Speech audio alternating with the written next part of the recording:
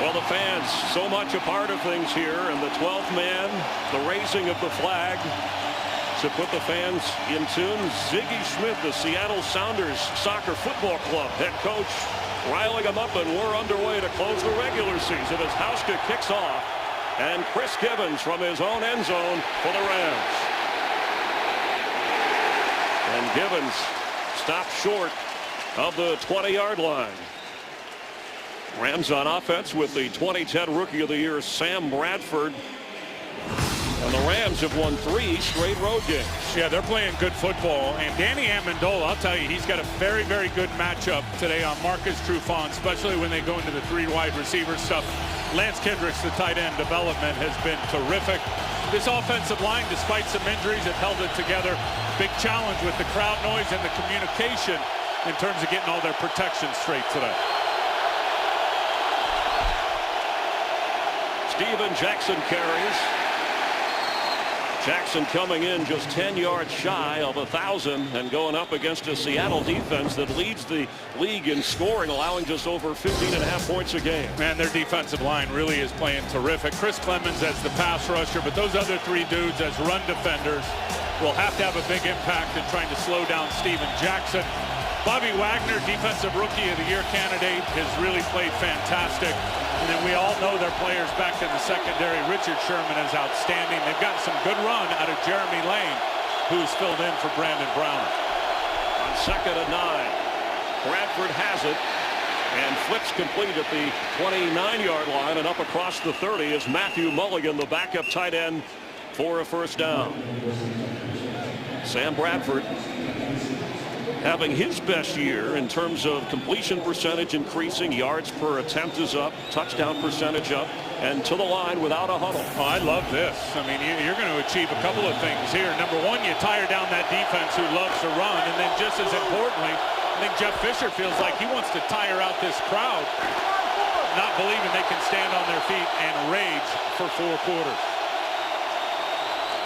Jackson carries on first down and gets up to the 34. And a difference, Tim, in just getting to the line versus a hurry-up. Yeah, you can get to the line, you can control the tempo, you can hurry it up, you can slow it down. It's really in the quarterback's hands. Jeff Fisher knows. He didn't draft Sam Bradford, but he remembers Sam Bradford at Oklahoma. Sam did everything at the line of scrimmage in terms of calling the plays. And as Jeff told us yesterday, this is Sam's baby now. He expects that he'll handle it really well in dictating what they're going to do offensively at the line of scrimmage.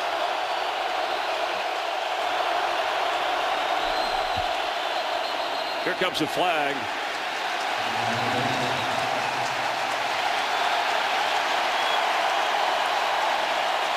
It's the home office of false starts for opposing teams in the NFL.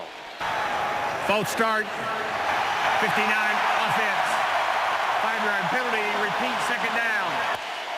Fans already having an impact. Rob Turner, the left guard, called for the infraction. And Steven Jackson's getting a little chippy after this play too. And look, he's been frustrated most of the year, and it's been self-inflicted wounds like that from this offense that has really put him behind the chains. They cannot afford to do this continuously throughout this football game, or they'll be up against it, Chris, with the long down and distance.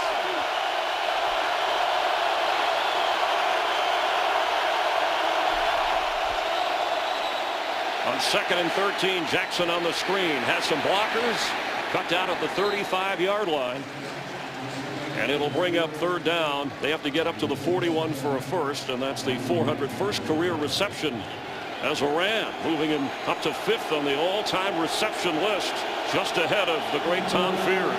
Not only are they running the no huddle here at the line of scrimmage, and there's what you were talking about right there, but they're also running the perimeter plays. So it's kind of a double whammy on the defense in terms of getting these guys breathing hard and running.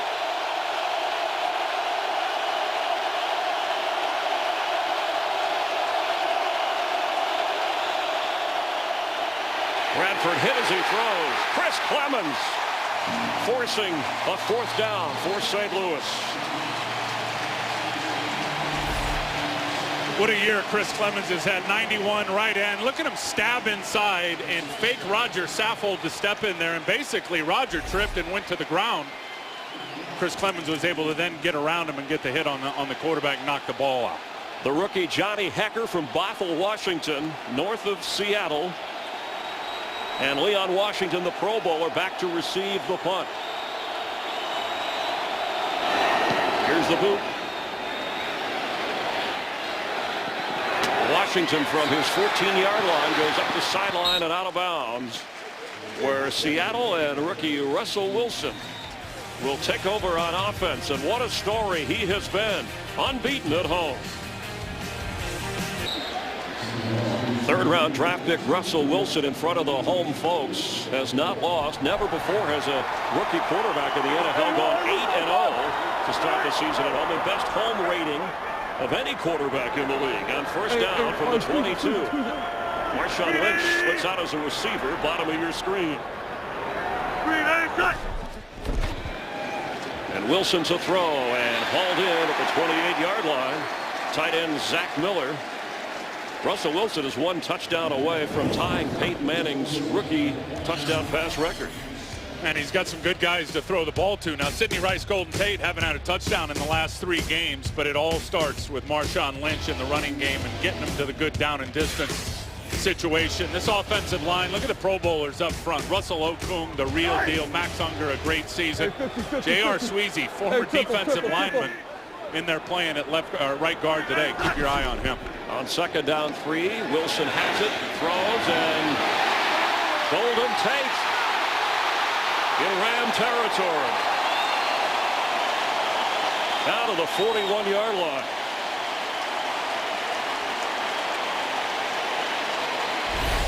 Well, and if you're Chris Long, this is the challenge now. You want to rush with discipline and keep Russell Wilson in the pocket, but he's read and run the whole way.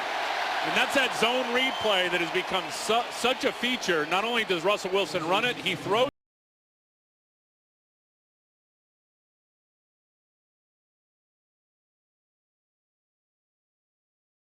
30 from the 41-yard line. The Pro Bowler Marshawn Lynch, second in the NFL in rushing, and brought down by Chris Long. This Seattle team, they've outscored their opponent in the last 3 games 150-30.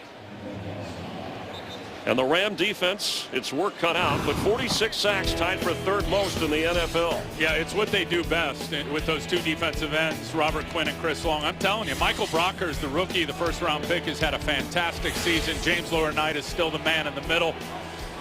Very solid secondary when you look at the corners out on the islands for the St. Louis Rams. On 2nd and 8, Lynch will maybe lose a yard. Kendall Langford and Chris Long in on the tackle, so it'll bring up a 3rd down. There are only about 3 or 4 designed runs for Russell Wilson, but the threat that he can run at any time is what has a defense stymied. And it's not just the zone read play where he's reading the defensive end always. Sometimes he's reading the nose tackle. Sometimes he's reading the linebacker, and they've got like 5 different variations of how they can dial up plays with Russell Wilson keeping the ball in his hands as a runner and as a thrower. Here comes a flag on 3rd and 9, a pre-snap penalty. I think that's the terrific hard count by the rookie quarterback Russell Wilson. Just another weapon to add to his arsenal. Jeff Triplett, our referee, a retired Army colonel, won a Bronze Star for his work in the Persian Gulf for our country, the Persian Gulf War. Neutral zone infraction. Right defensive tackle. The 5-yard penalty is still 3rd down. Should say earned a Bronze Star as a reserve colonel, as that is the penalty now. So from the 35, and that improves any chance on a field goal possibility should they not get the first down. Seattle facing a 3rd and 4. Well, 3rd and 4 is a lot different than 3rd and 9, and that's just a freebie for the offense and the Seahawks. And again, give credit to Russell Wilson, his offensive line, for hanging in there with the hard count. Laser. 315. 315. Complete for the first down to Doug Baldwin. And he has been Mr. 3rd down for Seattle. And that's really the payoff. That kind of play, the whole playbook opens up 3rd and 4 versus 3rd and 9. And real easy for Doug Baldwin. He's just going to look outside. He sees off coverage. He's going to drive off the ball at the snap. He's just going to turn around Russell Wilson sees him open in front of the defender, Trumaine Johnson, past the first down stick. From the 28-yard line, first possession for the Seahawks, nearing the 8-minute mark in the opening quarter. Russell Wilson floats one wide open. Zach Miller. There's a flag down, and he's in the end zone for a touchdown.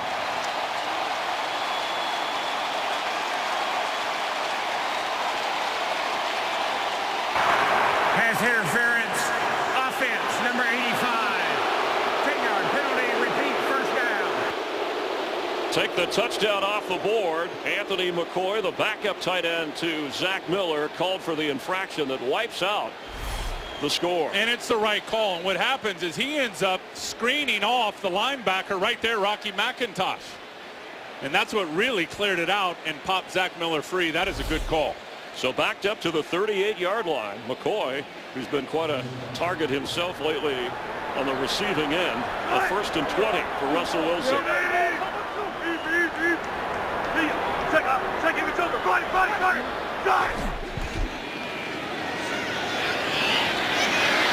they're going to get him. Chris Long with his 9th+ sack of the season. And this is what we talked about in the opening of the show here, is watch them keep Russell Wilson inside the pocket and not letting him escape. You get good edge pressure from Chris Long, who ends up really running all the way around the back end because of the good containment and the disciplined rush of the other 3 defensive linemen. I don't know if Howie Long would ever dance like that, but 9.5 sacks for Chris on 2nd and 27. That's what they got to do all day. They've got to keep Russell Wilson inside that circle. Marshawn Lynch is loose. Out to the 30-yard line.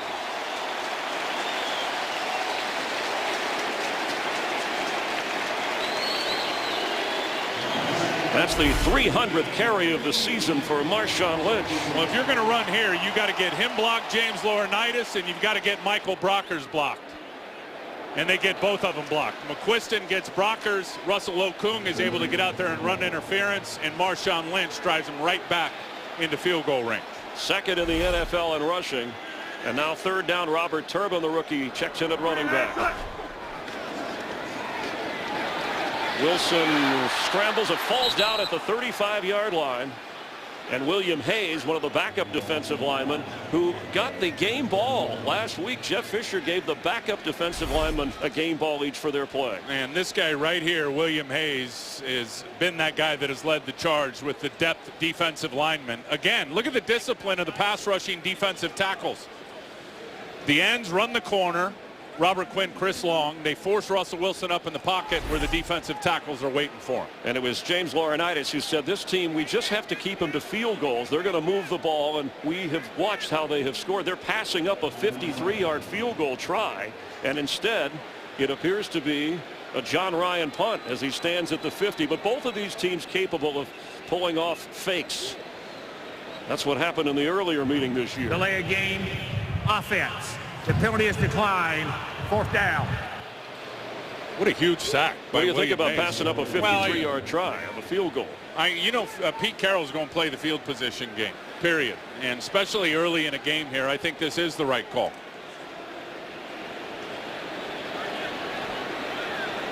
Back to receive is Danny Amendola. A high, short kick, and Ryan's one of the best at putting the ball inside the 20, and it's inside the 11-yard line where the Rams will have their 2nd offensive possession of a scoreless game with a lot on the line for the hometown Hawks. Close out of the regular season. The defending Super Bowl champion Giants are done, even though they won, because the Bears defeated the Lions by 2. Chicago gets into the playoffs if the Vikings lose at home to Green Bay. And the #1 seed in the AFC up for grabs could be Denver. Yeah, Denver's in the driver's seat now. They'll host Kansas City. They win that game, everything's going through a mile high in the AFC. Incomplete. Brandon Gibson, the target of Sam Bradford. It'll be 2nd down. I'll tell you why that was the right decision by Pete Carroll, the head coach of Seattle, passing up the field goal. His #1, Hauschka, the kicker, his long was 52 on the season. That would have been a 53-yarder. And because of it being 53, the spot of the kick was at the 43-yard line. If they miss, St. Louis would have gotten possession near midfield. It's the right call. On 2nd and 10, Jackson carries, brought down right at the 11-yard line by Chris Clemens. Let's check in with Patrick O'Neill for a game break on the Broncos. Yeah, you were just talking about the Texans losing. Opening drive for Denver. No Sean Moreno. No problem. Broncos leading KC 7-0. They're 16-point favorites in this one. Of course, as you mentioned, should Denver win, they have home field throughout. Chris, Tim, back to you. And the forecast here is noisy. How about Denver? If they win that game, they'll go into the playoffs 11 consecutive wins. 3rd down 10. Oh, what a grab. Danny Amendola with what should be right at the 1st down marker. See where they spot it. What a catch. Yeah, Danny Amendola on Trufant is going to be a good matchup all day. And he's just reading that outside leverage, which means Marcus Trufant's playing him to the outside. He makes a cut to the inside, and that's just classic Danny Amendola. Lay out and make the catch. Leave at his feet, and they're going to bring out the chains for a measurement here. I was talking to Danny before the game on the field. He said we got a lot of good stuff dialed up for 3rd down. Really was anticipating a good matchup. I mean, that's not, well, I think you got to give that, right? Is that considered? No. Okay, a 1/4 of an inch. Wow. Jeff Fisher's a gambler. But you're at your own 21-yard line. I wonder how scientific that chain link thing is. You know, when Danny Amendola's in the lineup for the Rams, it's a big difference in the 1-loss record. Well, look at it. I mean, with Danny Amendola, 12-14-1. Without him, 4-16. And we're going to challenge. I think we're going to see Jeff Fisher challenge the spot. So he has thrown the challenge flag, something you can do. And it looked like when he made the catch, he had the 1st down. The measurement was, you saw. St. Louis is challenging the ruling on the field of the spot for a 1st down. So as we take a closer look, we'll have more from Seattle. On the field was catch no 1st down, the challenge. And after review, the ruling on the field is confirmed. The spot is correct. St. Louis discharged their first charge timeout and their first challenge of the game.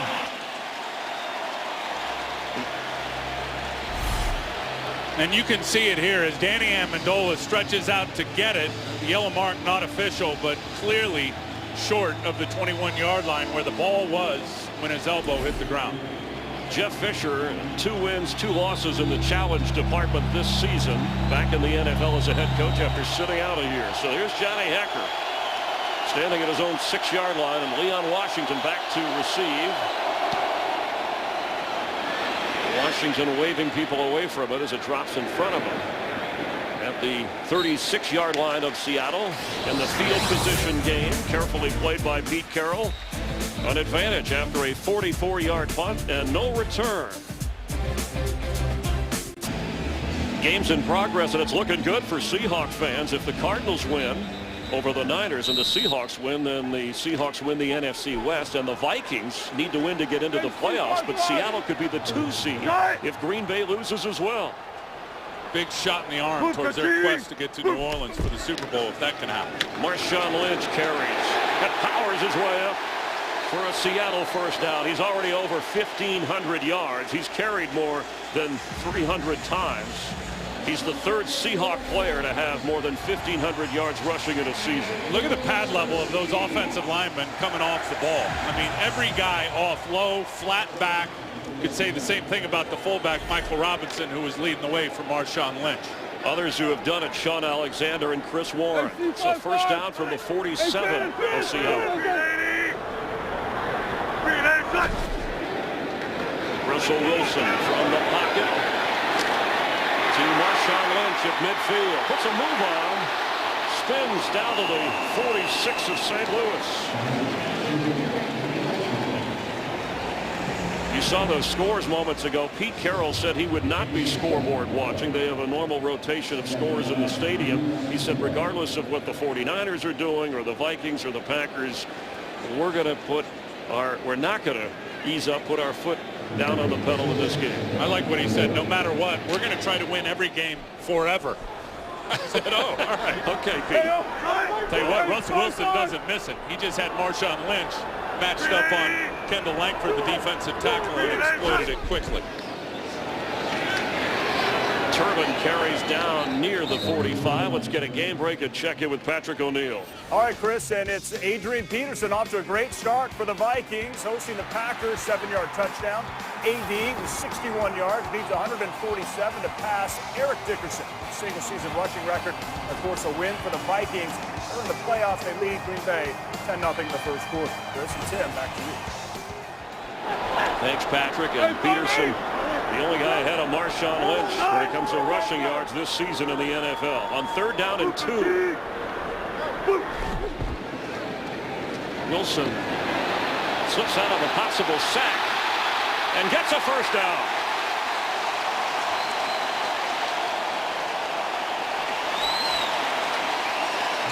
He has 434 yards rushing this season. And that's a record for the Seahawks. And Kendall Langford, here he is the guy that misses the sack on Russell Wilson. What you love about Russell Wilson at the most critical times when teams apply pressure, he turns around and applies the pressure right back to him and makes his biggest plays at crunch time. Fresh set of downs from the Ram, 32.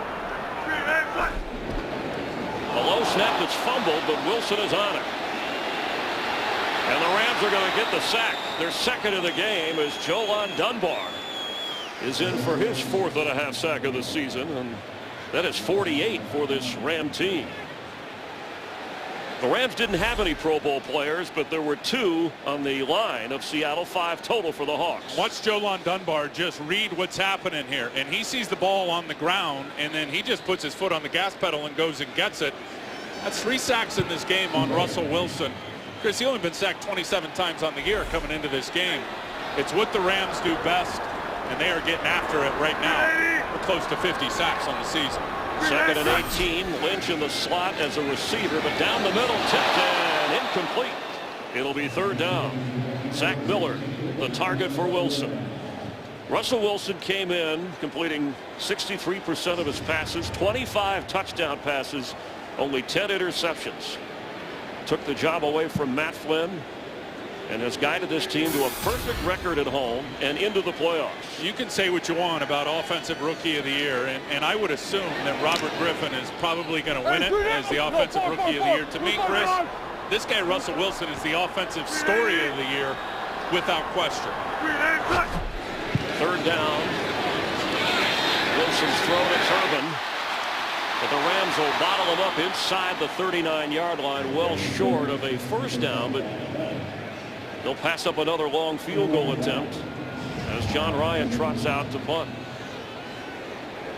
Well, so far so good for the St. Louis Rams, and it was James Laurinaitis right there, 55, the middle linebacker, who told us yesterday, along with quarterback Sam Bradford, is we've got to hold up early. We cannot get down early in this football game, as you've called it. That avalanche will get going with this football team and this crowd noise. Ryan's boot high in the air, and Amendola fair catch. It goes off of Amendola and out of bounds. A fortuitous bounce for the Rams. 31 seconds to go here in the opening quarter. The Rams barely hang on to the football. Offensive possession coming up with Sam Bradford and Steven Jackson. Friday on Fox. Have you seen the Heisman Trophy winner in action? Johnny Manziel. Well, he'll take 9th-ranked Texas A&M against 11th-ranked Oklahoma and Landry Jones in the AT&T Cotton Bowl Classic. Friday, 7:30 Eastern on Fox. Darrell Richardson in at running back and gets the carry. Malcolm Smith, who's in there for the injured Leroy Hill. Hill is inactive with a hamstring injury, making the stop. In the first quarter, the field position game has been won by the Seahawks and their suffocating defense, but scoreless so far for Pete Carroll and the playoff-bound Seahawks. Well, the difference has been the pass rush. 3 sacks in the first quarter by the St. Louis Rams defense. At the end of one in the Pacific Northwest on the NFL on Fox, Seattle and St. Louis are scoreless.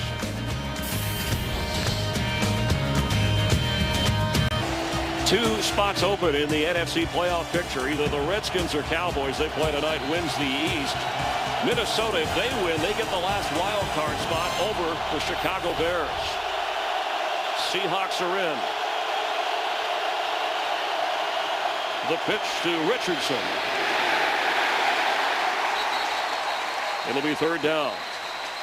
Well, they got to get their run game more cranked up in terms of some successful runs on the early downs, and you've got to get this guy blocked. Brandon Mebane, when he shaded to the front side there, a couple of things. Number one, he pushes Scott Wells about 1.5 yards, 2 yards into the backfield. Then he's able to disengage off the block, as you see right there, and there is nowhere for Daryl Richardson to run. Teams can disappear in the noise with this place on 3rd and 10 from the Ram 12.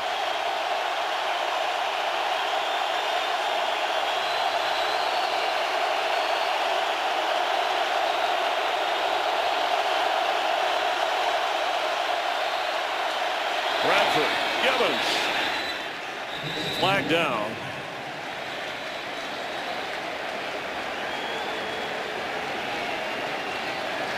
Delay of game. Offense. The 5-yard penalty. Still third down. Chris, all year long, those are the problems. We already saw one earlier in the game, a pre-snap penalty. Just saw another one there from the St. Louis Rams. They thought they had gotten it cleaned up over the last 4 or 5 games. This is the worst place for it to prop back up on them. Now it's not just 3rd and long, it's 3rd and forever. 3rd and 15.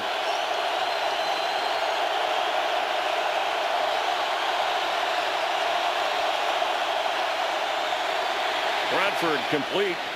That's Daryl Richardson, fights hard but short of the first down. Here comes a flag on the back end of the play. Ram offensive lineman trying to help out downfield. I think someone hit Byron Maxwell as he was trying to get in on the tackle. After the play is over, unnecessary roughness. Number 65 of the offense.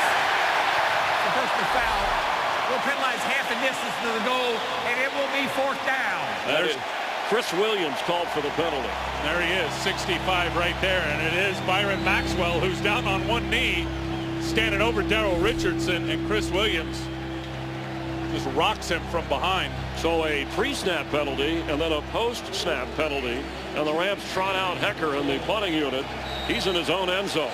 Going to end up probably giving Seattle possession past the 50-yard line on the Rams side of the field. Strong boot hanging in the air and goes out of bounds in St. Louis territory. Wow. They're marking it off at the 42-yard line. I always thought that was inequitable how they marked that off. You got the referee who's standing back, and he actually tells the side judge where the ball went out of bounds.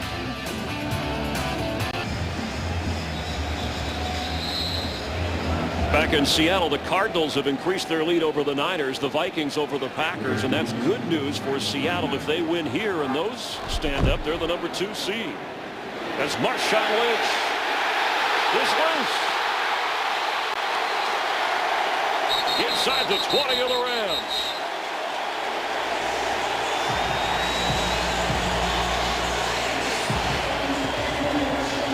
The centerpiece of this offense is in beast mode after a 24-yard run. You know what I love is it doesn't matter who they plug in out there, and they've had injuries up front, but watch Paul McQuiston, who's been playing left guard. Look at the block on Michael Brockers.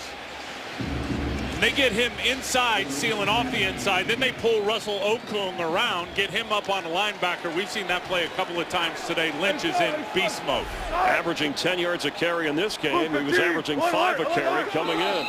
Here comes the flag. This one's going to push Seattle back. False start. Number 68, offense. 5-yard penalty. Still first down. On Breno Giacomini. Can't blame the home crowd for that one. And this home team, in fact, Pete Carroll said the 12th man has had a good year. Undefeated at home. Impressive wins, beating teams like the Packers, don't snicker, the Patriots, the Cowboys, teams that are either in the playoffs or on their way. And coming off a big win over the 49ers, 4 touchdown passes in that game for the rookie Russell Wilson. 4 TDs on 15 completions. Think about that number. Lynch. That hard. Let's check in with Kurt Menefee for a game break. Kurt. And more good news for Seahawks fans. Arizona.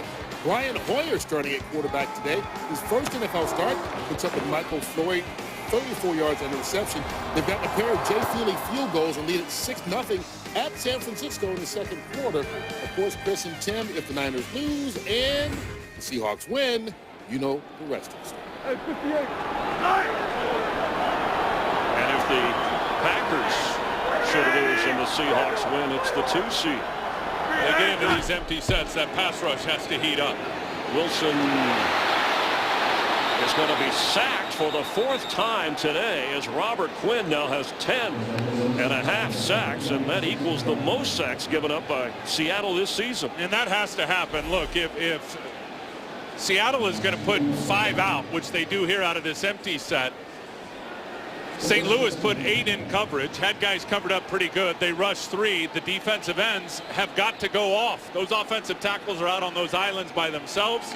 You get the coverage down the field. Robert Quinn is going to run around most offensive tackles in the pro game. He just did it that time to the Pro Bowler Okung. 3rd and 17 from the 25 of the Rams. Robert Turbin the back. He goes out. And Wilson throws off the hands of his tight end McCoy, and it's going to be 4th down. Could have been caught. Could have been. We've seen Russell Wilson at least 3 times in this game get the ball out, and the accuracy just isn't where it's been for him over the last several weeks. We've seen at least 3 balls that have been come in hot and come in high on his receivers and tight ends. Stephen Hauschka to try a 43-yard field goal. He has 22 out of 25 this year. Has not missed from inside the 49-yard line. And has made 8 in a row. And slips that one through. That's 9 in a row. And the Seahawks get on the board. Seattle with a 3-0 lead, 10:40 to go in the half, but Jeff Fisher's defense is keeping the underdog Rams in it.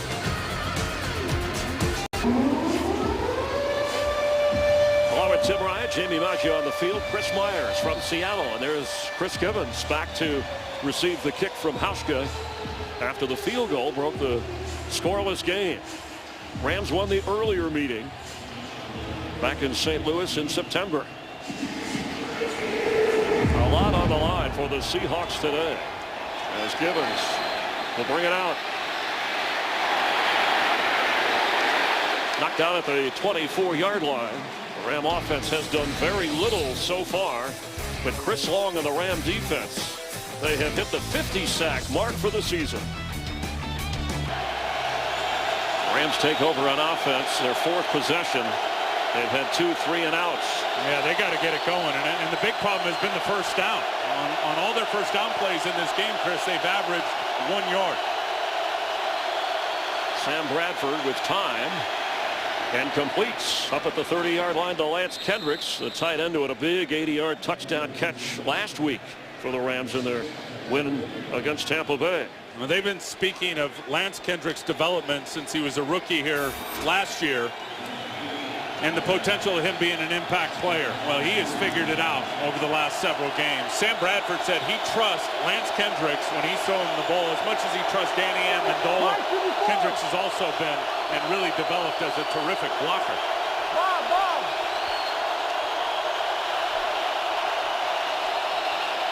Red Bryant jumped across the line. That's smart by Barry Richardson, because Red was on his way back but was still in the neutral zone. Neutral zone infraction. 79 defense. The 5-yard penalty will result in a first down. 6'4", 325 pounds. Yeah, and he's hard to miss. And Barry Richardson saw him. I mean, that was just smart by the right tackle. Because if Red Bryant would have gotten back behind the line of scrimmage and nobody on St. Louis would have moved, it would not have been a foul. It gives the Rams a first down up to the 37-yard line.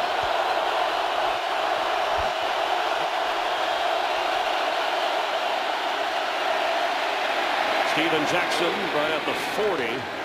A swarm of Seahawks bring him down. Jackson on the ground so far. And Wagner comes out with it, but it was whistled dead right away. So far, Steven Jackson has 3 yards on 3 carries. He's 7 yards away from 1,000, which would be his 8th straight season of 1,000 yards rushing or more, and he wants it. But he also wants to end, for the first time in his playing career, the season with a winning record. The Rams come in 7-7-1. Think about that. 9 years and what that guy's done, and has never had a winning record.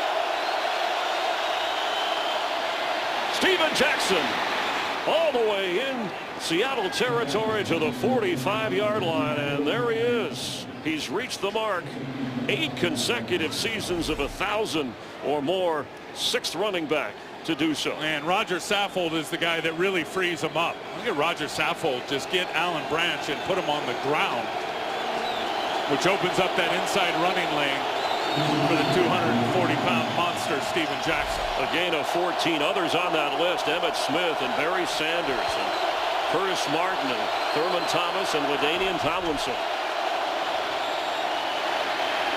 Bradford has to go underneath. Jackson, a little spin move, goes down at the 41 of the Seahawks. Best offensive drive for the Rams in this game.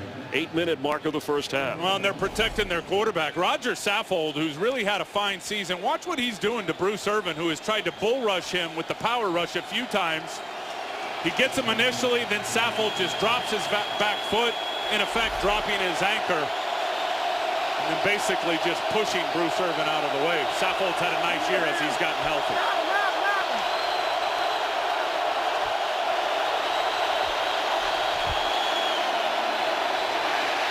Pass is incomplete. It'll be 3rd and 5. Bruce Irvin, the rookie, with 8 sacks, applying pressure. And here they put him over on the left side, and this is all speed by Bruce Irvin. No chance for Barry Richardson to try to chop him down. Bruce Irvin is a fantastic athlete. Just side hurdles right over him and gets a nice hit on the quarterback. From the 41 of Seattle, it's 3rd down and 5. And a timeout. Seahawks call it because the Rams had 2 running backs in. Timeout. Seattle. They They're had first. both Isaiah Pete and Steven Jackson in, and they saw something they didn't like and used their timeout. So each team has 2 timeouts remaining. We've been talking about the NFC playoff picture. In the AFC, this is up to the moment. We knew the teams going in, but that number 1 seed, the Broncos are leading 14-3 over Kansas City. The Patriots lead Miami 14-0, both in the second quarter. And if New England wins and Denver wins, Denver will be the 1, New England will be the 2. Houston will drop all the way down to the 3, which is amazing. And Andrew Luck, you talk about a rookie quarterback, we know about RG3. 11 wins for a team that was horrendous last year with the Colts. And now on 3rd and 5.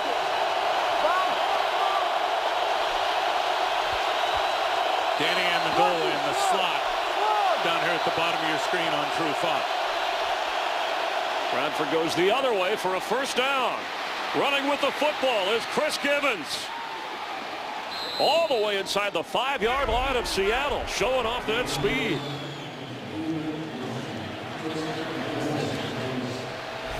Really good job by Sam Bradford, knowing all the defenders are to the right, and he's got his weak side receiver, Chris Gibbons, on a slant route in front of Jeremy Lane. And look at the accuracy of that throw, Chris, down and low on the numbers so Chris Gibbons could get the big run after the catch. Mark it at the 4 after a gain of 37. 3 tight ends for the Rams.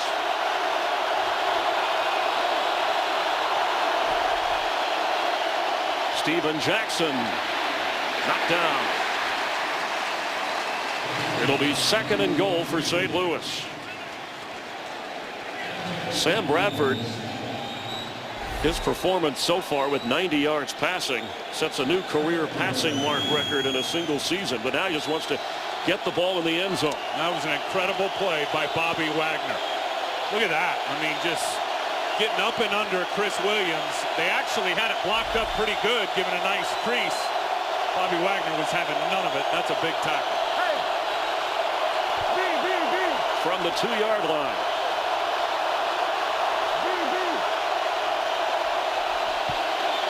Bradford, end zone throw, tipped. Touchdown! Somehow Austin Pettis came up with the tipped football. It was headed to the turf, and that's where he went to get it. Austin Pettis has been a terrific red zone weapon for the St. Louis Rams. A bit of luck on this one as the ball is tipped. You see him out wide, little hesitation. Now he hits it hard up on the inside. That ball came out funny. Looked like it was tipped, and he was just in the right place at the right time. Yeah, there's the tip right there. I think it was Cam Chancellor who got his hands on it. 4th touchdown catch, and of course scoring plays double check to be confirmed. Jeff Fisher smiling about that.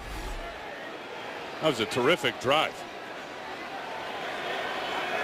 Jeff Fisher with a chance for his 150th career win if the Rams could pull off an upset here in Seattle. And the extra point is good. The Rams leading the playoff bound Seahawks 7-3. They cover 76 yards in 4.5 minutes, and Austin Pettis hangs on in the end zone. Leaders in the NFC West, the 49ers have gone in front of the Cardinals. Not good for Seattle as they fall behind here. How quickly things can change. Both teams will be in the playoffs. It's just whether the 49ers or the Seahawks win the NFC West. Greg Zuerlein to kick off, and Leon Washington second in the NFC at kickoff return yardage. Back in the back part of his end zone with no chance for the return. As the Seahawks start out on offense, as excited as we've been with Russell Wilson, he's been held in check. This Ram defense is playing as good a football as possible here in Seattle. Well, we said it in the open of the show. Keep Russell Wilson in the pocket. They've been able to achieve that, and they've sacked him 4 times. That's a season high for the Seattle Seahawks in terms of the sacks they've given up. And then Sam Bradford got it figured out on that last drive, and he ended up being 5 of 6. Of course, Gibbons was the big one. A couple of big plays. Lance Kendricks as well, and with the touchdown to Austin Pettis. Marshawn Lynch carries. And Lynch, first down, Seahawks up to the 38-yard line.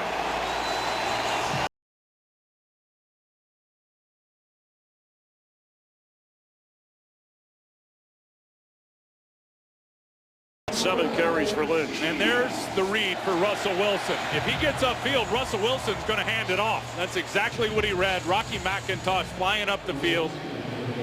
The defensive tackles squeezing down inside, and you're not going to stop Marshawn Lynch by grabbing his jersey. Marshawn Lynch stays in the game at the 39 of Seattle on 1st and 10 Seahawks. He's averaging 10 yards a carry. Russell Wilson has it and flips it to the tight end, Zach Miller. Short of the first down, but let's check in for a game break with Kurt Menefee. Well, you showed the score a moment ago, and San Francisco has one big play all day, but it's been enough so far against Arizona. Colin Kaepernick to a wide open Michael Crabtree. 49 yards for the touchdown and the lead, 7-6 late in the second quarter. Chris and Tim. Thanks, Kurt. What a job the Seahawks did on Kaepernick and Harbaugh and that whole 49er team last week. They're a better team than the 49ers right now, Chris. On 2nd and 1, Marshawn Lynch will lose yardage. Excellent up-front defense by the Rams. William Hayes coming from that backup defensive line spot. And there's players' tempers heating up. The Rams, it was Laurinaitis who said, you know, we're going to be sitting at home, and we want the Seahawks to know as they go into the playoffs. You see a helmet is J.R. Sweezy, the old D lineman, gets his helmet ripped off at the bottom of the pile. Yeah, and Laurinaitis said, we'll be at home, but we want them to remember us when they go to the playoffs. The most physical game this year, the Rams said, was the earlier meeting with Seattle. Absolutely. And that guy right there, Chris, William Hayes, and Jeff Fisher has a history with him down in Tennessee. What a great free agent acquisition. Robert Turbin is in trouble on third down. Cortland Finnegan coming up from the corner spot, an unusual call on what was 3rd and 5. And Pete Carroll, you see him, he's a little miffed at what this defense has been able to achieve against what's been a red-hot Seattle Seahawks offense. Well, we've seen this Ram underdog team. They beat the 49ers at home. They tied them in San Francisco. Earlier in the year, they beat the Redskins. They can go toe-to-toe with anybody. Amendola back to receive on 4th down as the punt nearly blocked and goes out of bounds. John Ryan feeling the heat. Good field position for the Rams coming off their touchdown drive. On Monday, Pete Carroll tweeted, "Shout out to Camp Carroll." That's a group in South Korea. Thanks for all your support of the Seahawks. They're the 8th Army Camp Carroll, not named after Pete, but Pete finding any connection he can to find Seahawk fans around the globe. And we welcome the men and women in uniform serving around the world and watching our broadcast. Thanks for all you do.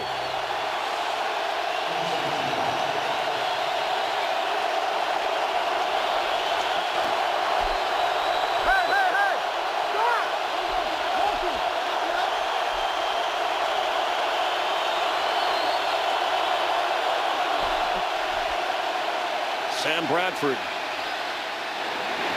for Gibson. Gibson from Rogers High School in Washington State. No connection there, but Bradford has added on to his best touchdown season of his brief career, 21, after throwing the one to Austin Pettis, and said he wants to be the guy to get to the next level. He wants to have the ball in his hands and lead the team to success.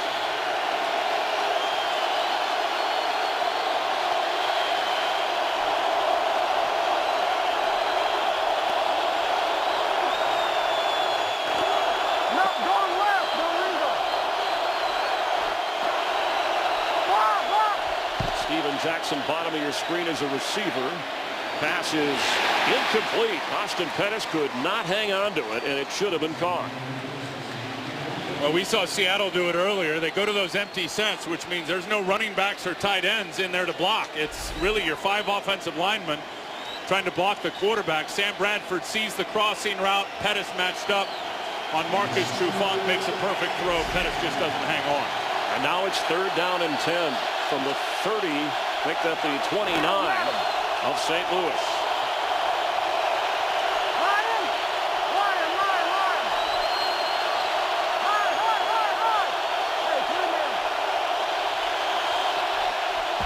Pressure coming, and it's picked up.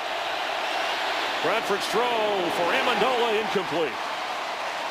And they miss an opportunity. Amendola has 1 catch in the game.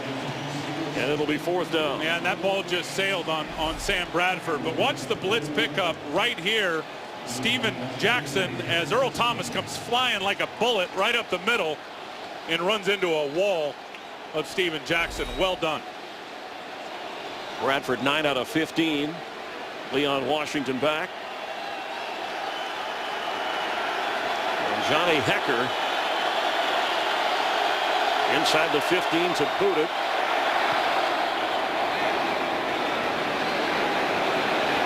Washington from the 15 of Seattle. A 12-yard return after a 57-yard punt. A defensive dominated game so far. Russell Wilson 6 out of 8, but the pressure on him all day from the Rams. Well, he just hasn't been able to really escape the pocket where he has been so lethal. And you see a sack there. You see William Hayes come up inside and get a sack. Same thing here. They're able to contain him. Jolon Dunbar comes up. Now Robert Quinn. No one open down the field. Maybe you start, if you're Darrell Bevell, start calling some design quarterback keepers to get Russell Wilson outside of the pocket by manufacturing it. On 1st down, Russell Wilson will run it, weaving his way to the 34-yard line. Rocky McIntosh making the stop. Other teams have talked about containing Russell Wilson in this 6-game hot stretch, but they haven't done as good a job as we've seen the Rams do it so far. Well, I think one thing with Russell Wilson is why he's so difficult to keep in there is his size is almost an advantage when he's inside the pocket at 5'10 and a half.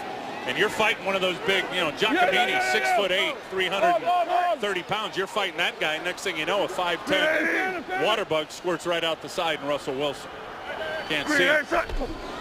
3 wide receivers, pass is incomplete. And here comes a flag. Looked like the ball might have been tipped, so the crew is going to have to discuss. Well, good eyes, because Jeff Triplett is the one that saw it. That was clear pass interference by Janoris Jenkins, but if that ball was tipped, that's a no call. Prior to the pass, holding, number 21 in the defense. It's a 5-yard penalty and automatic first down.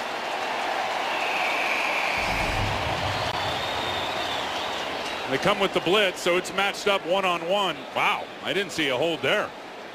Whether the ball was tipped or not, Jeff Fisher didn't see it either. Yeah, I mean, you get inside that 5-yard chuck zone, you can have contact with that guy. You can't hold him. I didn't see Janoris Jenkins hold him.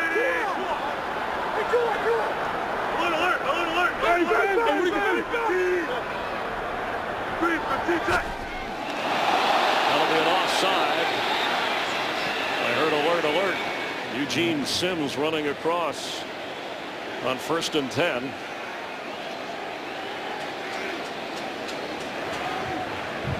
Offside, defense, number 92. 5-yard penalty, still first down.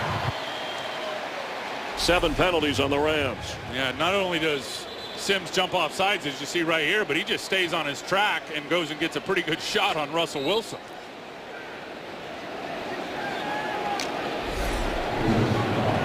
Rocky McIntosh headed to the locker room for the Rams.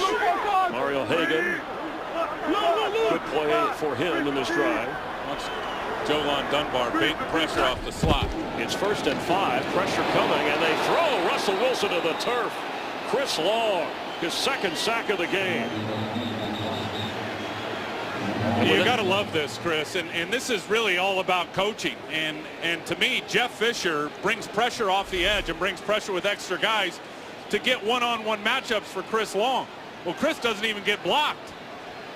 They end up sending Laurinaitis that way. They send Jolon Dunbar that way, hoping that they'll get their best pass rushers matched up one-on-one. That was a bust in protection. We've hit the 2-minute warning.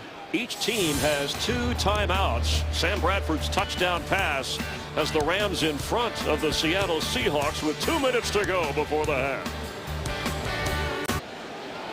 We've yet to hit the half, and already 5 sacks by the Rams, the most the Seahawks have allowed this year. Chris Long has 2 of them.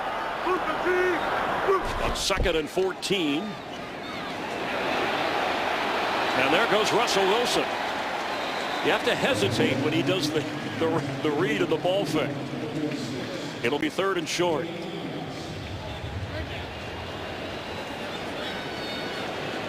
Seahawks scored first on a Hauschka field goal. They've passed up a couple of opportunities on long field goals. Bradford's a Pettis for a touchdown. That's why it's 7-3 with 1.5 minutes to go. Now 3rd down and 3.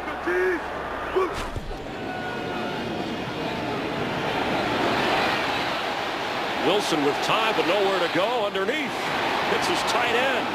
Zach Miller near the 1st down marker, but appears to be short. He definitely looks short there. They spotted it. It's going to be 4th down, and the Ram defense. This is an offensive team that was averaging 50 points a game in the last 3 coming in, and especially at home.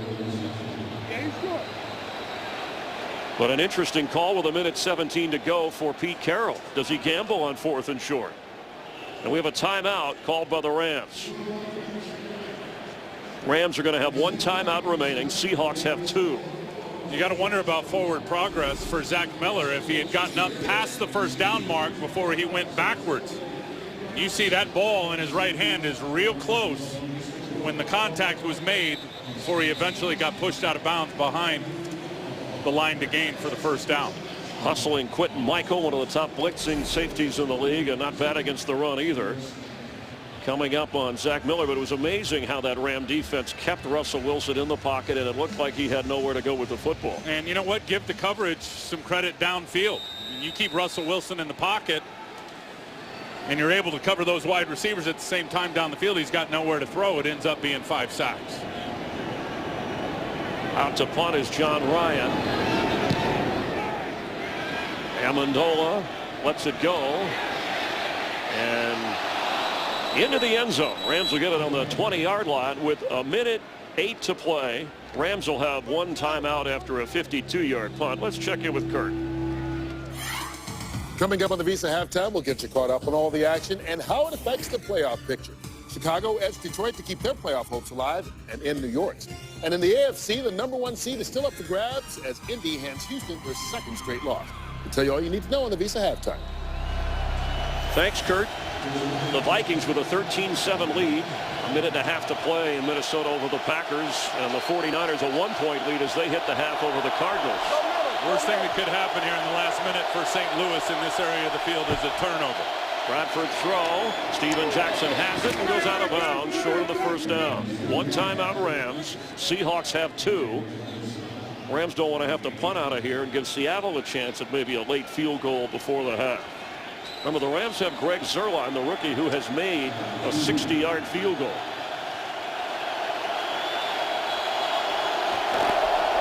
Mike 54.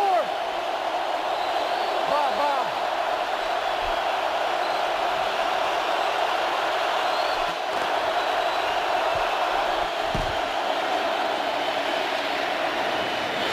Jackson has a first down for the Rams. Clock runs at 55 seconds and counting. They hustle to the line. Mark 54, Lion.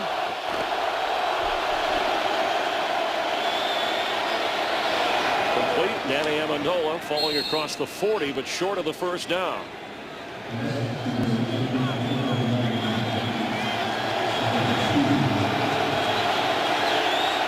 Second down 2. Watch Amendola again. He has it. Amendola goes out of bounds after the first down grab with 21 seconds to go. Clock stops. Again, one Ram timeout. That's a very good read by Sam Bradford. Seeing the defender, Marcus Trufant, way up on the inside on Danny Amendola, and throws the easy out route to get him out of bounds. Now you saw Greg Zuerlein, and that red line is the 60-yard mark where he has made a kick. That's where the Rams would have to get to give him that opportunity. Time for Bradford, and throws deep and incomplete in the neighborhood of Brian Quick. 16 seconds to go.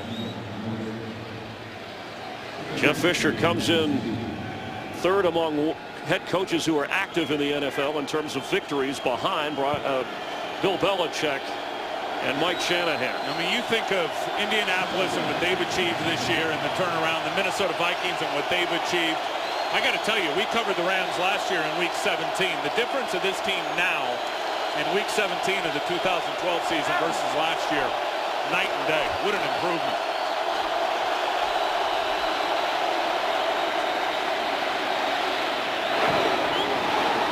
Brandon Gibson falling to the turf with a big catch. 7 seconds, and the Rams are going to be in field goal range.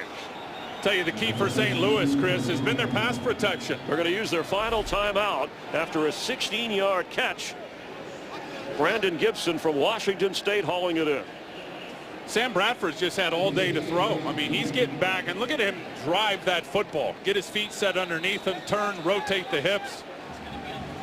Seattle has got to get more pressure on Sam Bradford, have more of an effect on him, which they've done most of the year to most opposing quarterbacks.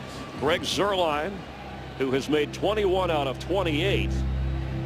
Most of his misses have come from beyond 50 yards. As we said, he made a 60 and a 58-yarder in the same game. This will be 51 yards. Johnny Hecker is the holder. If he makes this one, I got to hear your nickname for him. Snap, kick, hold, and no.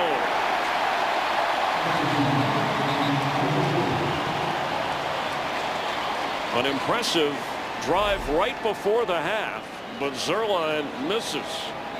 Good snap, good hold, bad kick. And as good as Zerline started, he's got plenty of leg and plenty of juice and distance. You see it.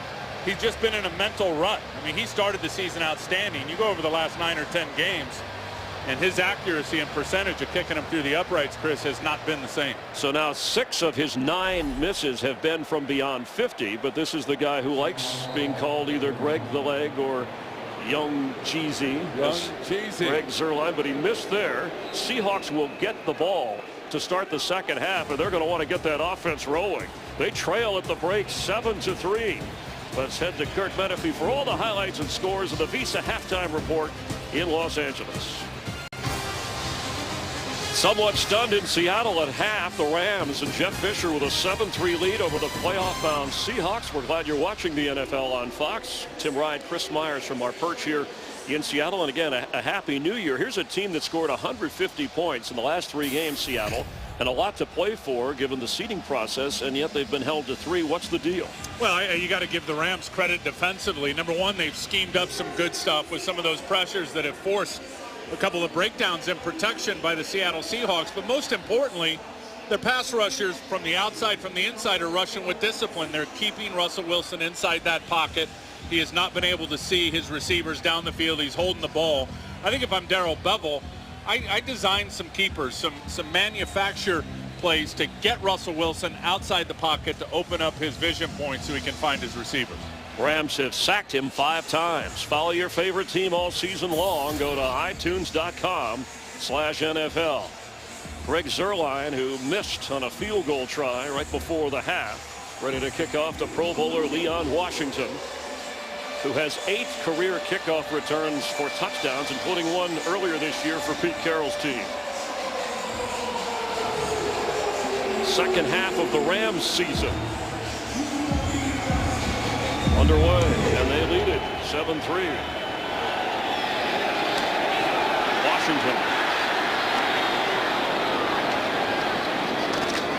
stopped short of the 15-yard line. Excellent special teams play by the Rams. Let's check in down on the field with Jamie Maggio.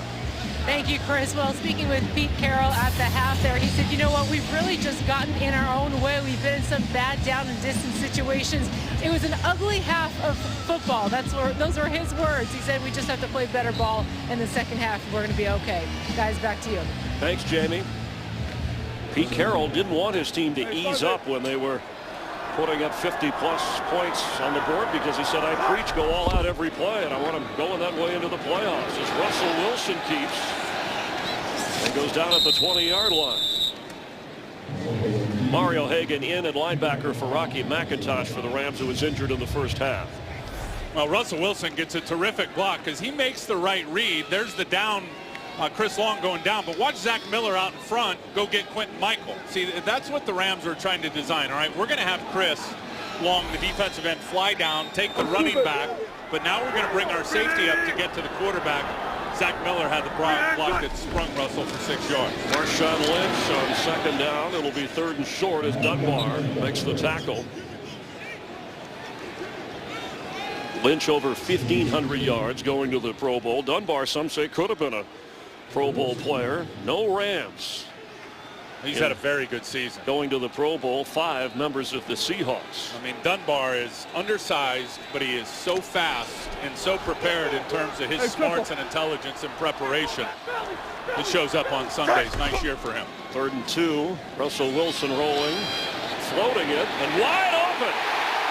Anthony McCoy inside the 30 of the Rams.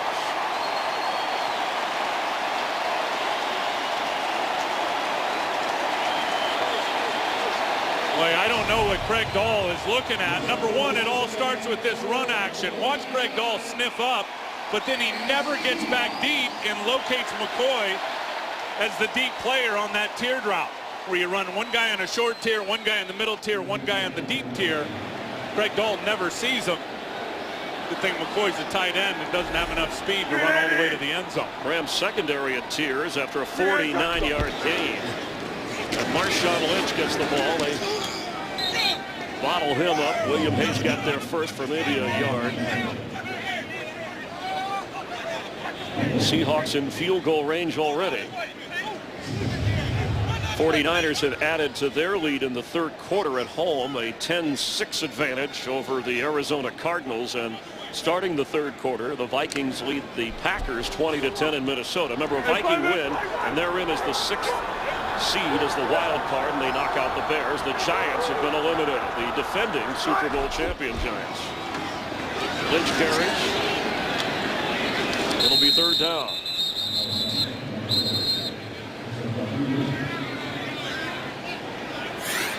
Games that Seahawk fans care about. Now, they are not showing the 49ers score here in the stadium. They changed that from their usual scoreboard operation, but obviously important. If the 49ers win, they get the West. A chance for the 2 seed, but the Packers and 49ers would have to lose, and the Seahawks would have to win.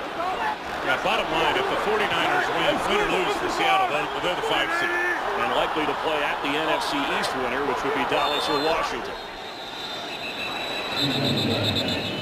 There's a flag down inside the 10-yard line. Too many men in the defensive formation. The 5-yard penalty. Still be third down.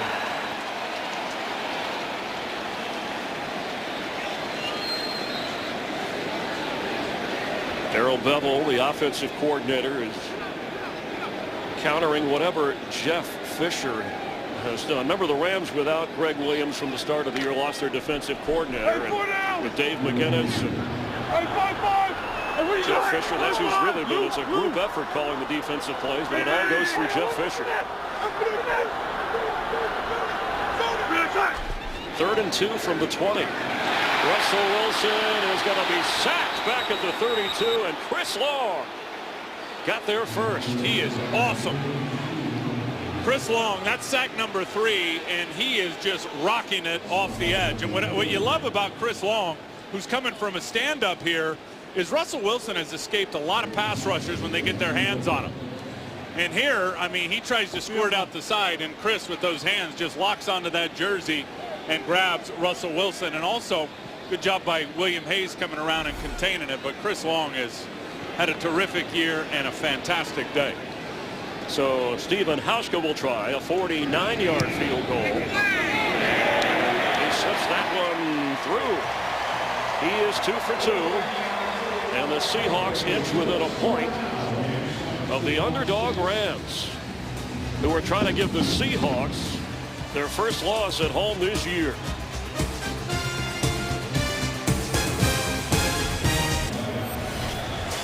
The Space Needle here in Seattle, and the arrow pointing up for both of these franchises. The Rams with 16 rookies. Chris Long, his 3rd sack, ties his career high for most in a game. He's got now 11.5 for the season.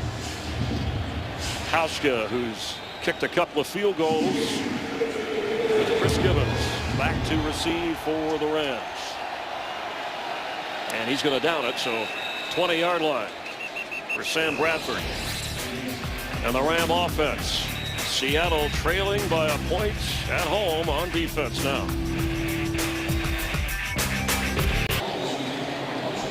Rams trying for their first winning season since 2003, and regardless of what happens, they're going to have the best record of any in-division record, I should say, of anybody in the NFC West.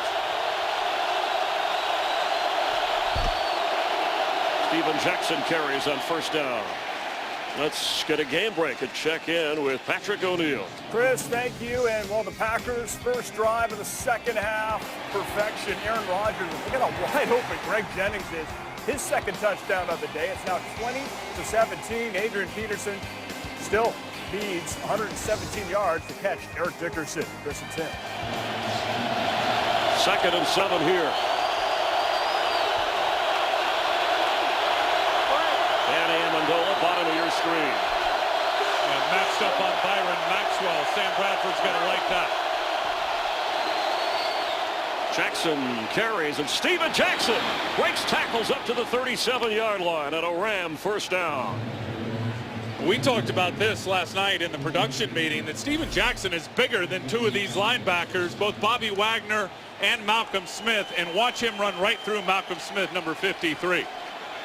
And that's all about power and leg drive for Steven Jackson. Unless you get your whole body and your head in front of him, there is just no chance you're going to be able to arm tackle and use your arms only on number 39. Jackson again. He follows his 15-yard gain with another strong carry.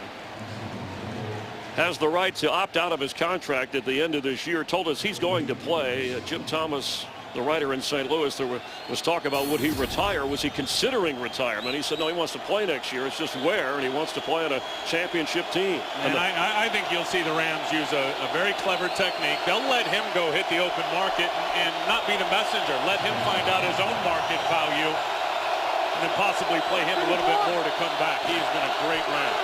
Jeff Fisher said we want him back on 2nd and 5.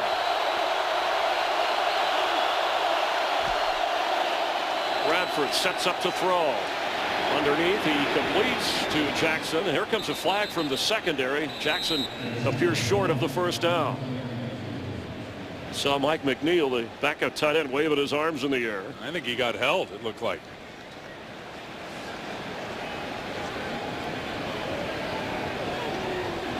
Prior to the pass, holding, defense, number 50. The 5-yard penalty and an automatic first down. The call is on K.J. Wright and gives the Rams a fresh set of downs. And there's K.J. Wright right there.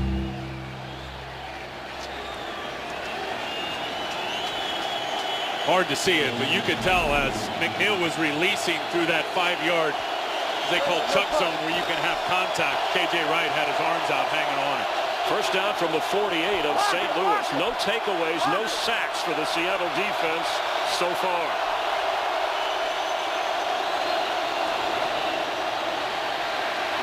Sideline throw, Bradford. Juggled and incomplete. He was trying to go to Mike McNeil. You got to catch that if you're Mike McNeil. That was a great throw. Period. That was a terrific throw, and great job by Sam Bradford.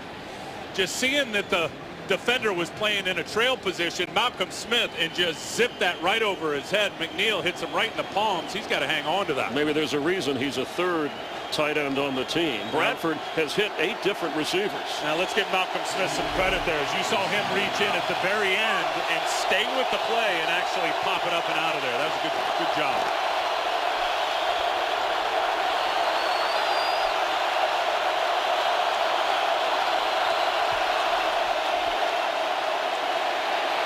Screen to Darrell Richardson. He slips out of the tackle and goes up the sideline. Made something out of nothing.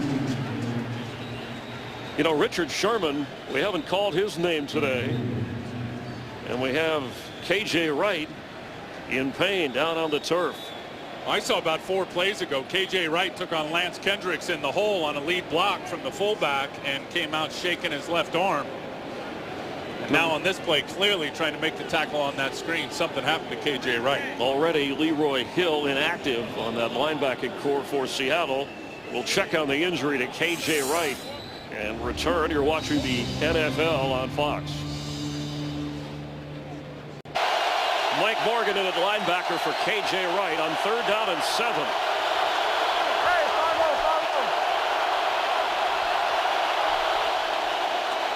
Bradford in the clear. Austin Pettis goes out of bounds, and it looks like he has enough for a St. Louis first down. Pettis, the touchdown catch, Tim, and then he had the drop that could have hurt the Ram drive in the first half. Really good play call. You get him up in a bunch set out there. It's super hard to cover. Danny Amendola clears it out by releasing vertical down the field. Then Austin Pettis just angles right over to the sideline. Good throw from Sam Bradford. First down and 10 from the 41 of Seattle. K.J. Wright back on the field for the Seahawks. Steven Jackson. And there goes Jackson inside the 30, but a flag comes in, and the whistle blowing the play dead right away. Chris Williams, right guard, right at the point of attack, held on to the defender.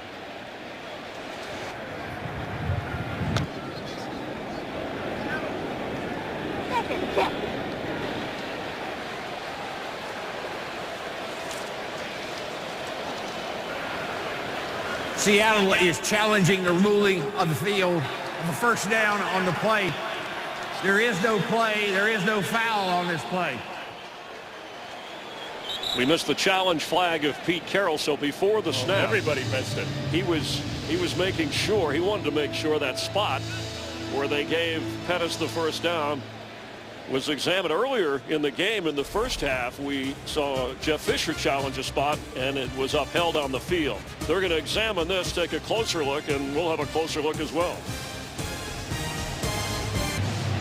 Ruling on the field is catch by Pettis, first down Rams, challenged by Pete Carroll. Well, keep your eye on the left foot. It's hard to tell from this angle. It's a bad angle. The left foot out of bounds. Was the ball past the first down mark? Also really hard to tell from this angle. There the foot is down, but you really can't see if the ball is past the line to gain. Here's the real look at it. As the foot there, as you see the left foot, as it comes down, that ball looks like it's past the line of gain. I don't think there's going to be enough to overturn it. And that yellow line, merely an estimation that is superimposed on the field. Pete Carroll in 5 challenges this year. He's won 1. He's lost 4. And Jeff Fisher lost a challenge for a yardage first down in the first half of this game. And lost a timeout on that. So he's 1 challenge down. Now they can take pieces of the replay and piece it together and try to figure it out. That's why we really showed those other 2 angles where you couldn't tell exactly where the ball was, but you could clearly tell that the foot was out of bounds. We have our rules analyst and former NFL official Mike Pereira, vice president of officiating, always watching the games. Mike, your thoughts on this? Well, you know, I think the determination that they're going to make is, can they find the precise spot and maybe move it, bring it back, and then measure. And I wouldn't be surprised if they do that, because they've got to try to find that sideline angle when they see the left foot down, because here's the shot they're going to try to see right there. And you see with the stretch, where did the ball cross the sideline? Really hard to tell. I mean, you know, if it's me, I'm under the hood, I just leave these alone. But they may move it back and then measure and see, but I still think it'd probably be a first down. Well, Mike, you said something key. It's hard to tell. So it was ruled on the field at first down. So if it's hard to tell, that means there's not enough visual evidence then to overturn this. My feeling exactly, Chris. You know, to me, when you look at this, we could disagree on this and look at it for 10 minutes and say we're not sure. And I wish we wouldn't take 3 minutes to have to look at things like this. Speed. Is there supposed to be a timing rule on under the hood? Well, there is the old. Threshold. Okay, here comes Jeff Triplett. We'll find out what he, after further review, comes up with. After review, the runner steps out of bounds with the ball just at the 38-yard line. We will respot the ball and remeasure to see if he made the line to gain. Please reset the game clock to 7:34. 7:34. So Mike Pereira, just as you were saying, sounds fair enough. That's what they're going to do based on what they saw. Yeah, and I think that's the key. It's close enough that they could get it back to a spot where they saw the left foot hit to then do the measurement. And then it'll be interesting to see what the measurement will show. Once he puts it on the right yard line. He only missed it by 1 yard when he started to set it down there. Jeff Fisher doesn't like this delay either. And it took a while for Pete Carroll to obviously had some help upstairs or somebody telling him on the Seahawks side of things this is worth a challenge. As we indicated, Pete only 1 out of 5 winning challenges so far this season. So they put the time back on the clock. 7:34 remaining in the third quarter. The yard line I announced was in error. It's the 42 instead of the 38. Jeff Triplett, we got the idea. So, well, Jeff Triplett never saw the challenge flag come in from Pete Carroll either, because you had a play and a hold. Result of the play is a first down. And the hold was called by Jeff Triplett. Since Seattle did not win most parts of the challenge, they're charged with a timeout and their first challenge. And that could be big later, losing a timeout in a tight game. So each head coach has lost a challenge and a timeout. Well, and also a killer because it obviously negates the play and the holding call, which would have pushed St. Louis back. So it's a first down for the Rams from the 42-yard line. We thank Mike Pereira, watching all the games. Always on the money. Providing information for us and you.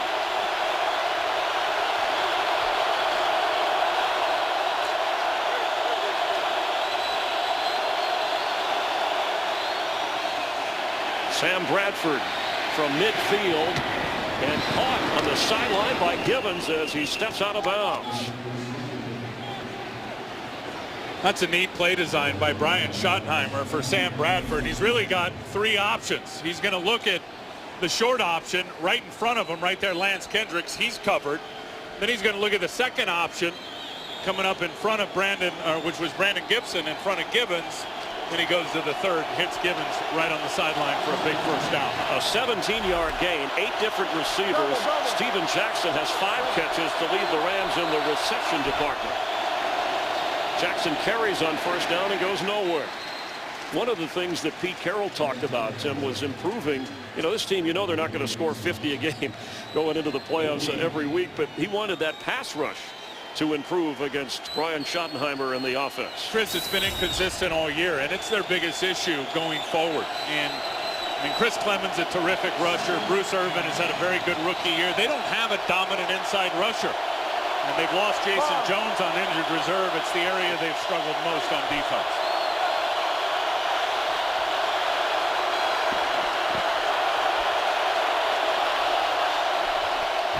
On 2nd and 10, quick pass to Amendola.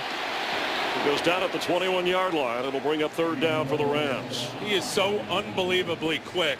And Marcus Trufant's been around a long time. I don't care how old you are, how young you are. It's hard to stay with Danny Amendola in that change of direction speed. Looks like he's limping a little bit, Tim. That's his 4th catch of the game. And now 3rd down and 6. From the 21.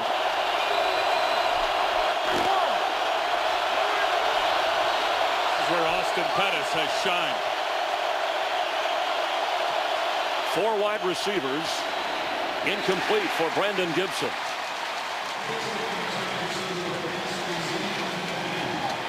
Fourth down field goal opportunity. Greg Zuerlein missed earlier in this game from 51 yards. This will be a 38-yard try for the rookie. Give Bruce Irvin some credit there as he got the quick pressure on Sam Bradford and forced Bradford to get it out quick with an inaccurate throw.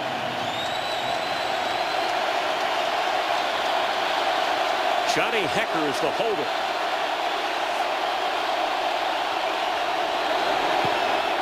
And this time, 39 yards officially, it's good. Rams add to their lead. It's 10-6 here in the 3rd quarter. There is a flag down on the field. It came in late after the kick.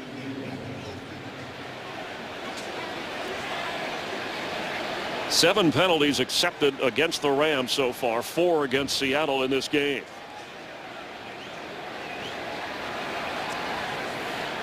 The field goal is good.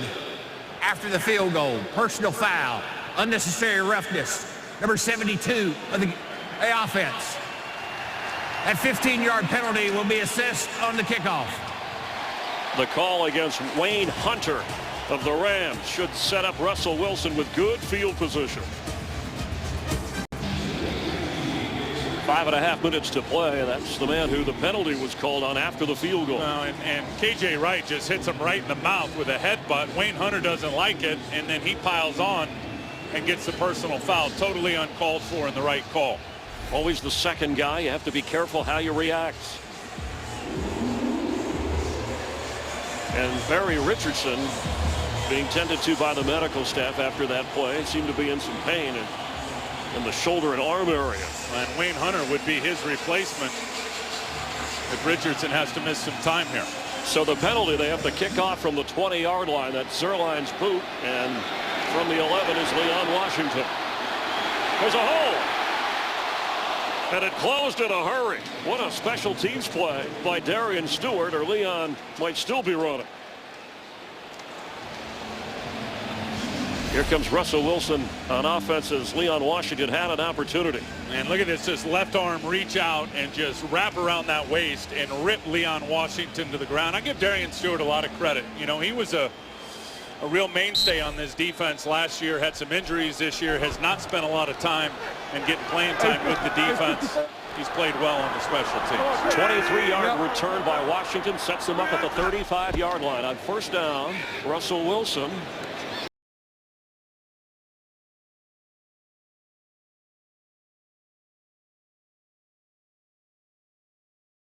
So the Seahawks winning the division are going to get dashed because San Francisco's taking care of business. That's Crabtree for his second touchdown from Kaepernick. It's 17-6 in the third quarter. San Francisco now going for it on fourth down. Chris and Tim, back to you. Thank you, Patrick. There's your scoreboard to the moment here. And the Packers have closed it within 3 of the Vikings. Remember, Minnesota wins. They're in the playoffs. They lose. The Bears get in.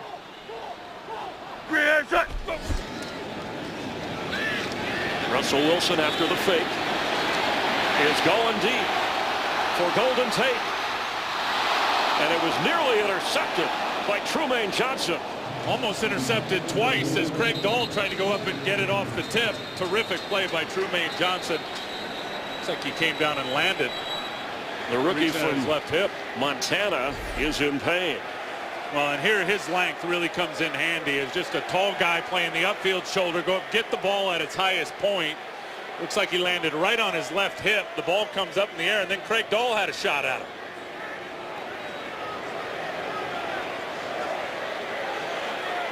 Actually, Tate helped knock that out of his hands. Well, and you saw when the ball finally came free, it was Golden Tate with his left arm that ripped the two arms apart of Trumaine Johnson, which freed the ball. Trumaine Johnson in pain down on the field here in Seattle.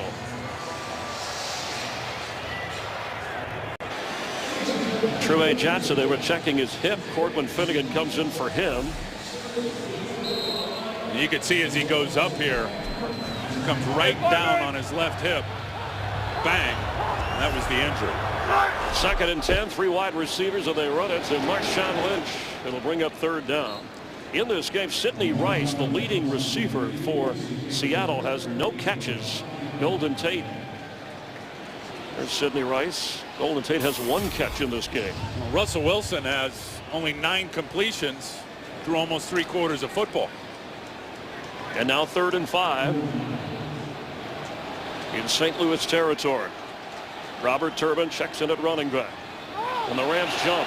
Here comes a flag. It's a play that is blown dead.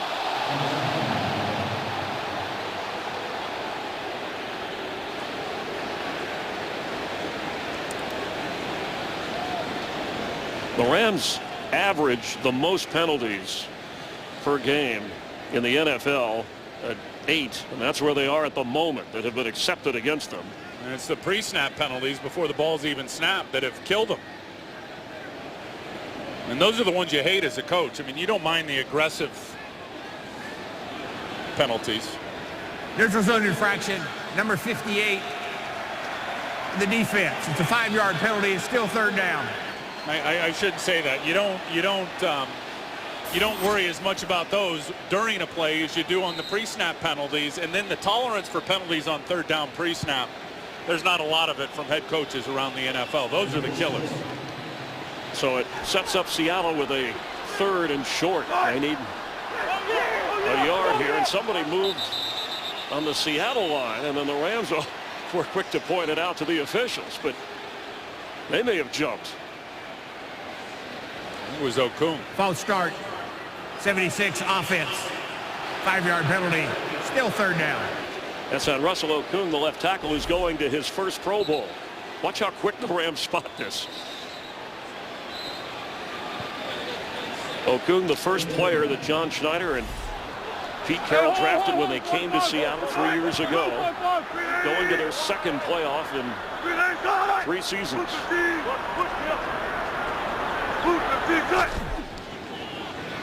On third down, complete for a first down is Golden Tate inside the 20 of the Rams. And he's doing it all with one shoe. How about Golden Tate just spotting up in the soft spot of the zone and then turning? Terrific throw from Russell Wilson, but then turning and getting all the yards after the catch and losing his shoe in the process. And that is a really good throw. Golden Tate, now he turns and flips. Picked up 10 extra yards. 31-yard gain. From the 18 of the Rams. Russell Wilson. Running back to the 35-yard line and hits it open. Marshawn Lynch. Who won't go down?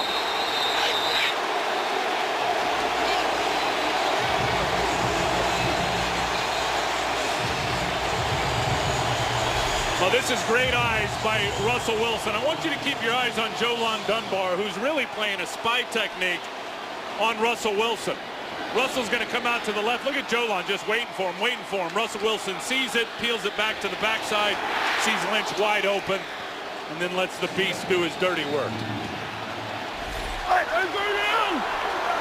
On 2nd and 2 from the 11 of the Rams.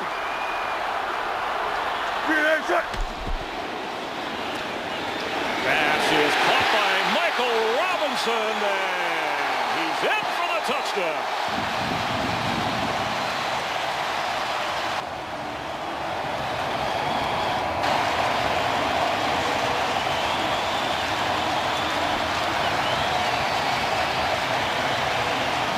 That's the Russell Wilson factor, I promise you. I mean, how many times have we seen? We just saw it 2 plays ago. Jolon Dunbar playing the spy technique. And Russell Wilson ties Peyton Manning, the NFL rookie record for most touchdown passes with 26. And here's Jolon Dunbar, who I believe's got the running back.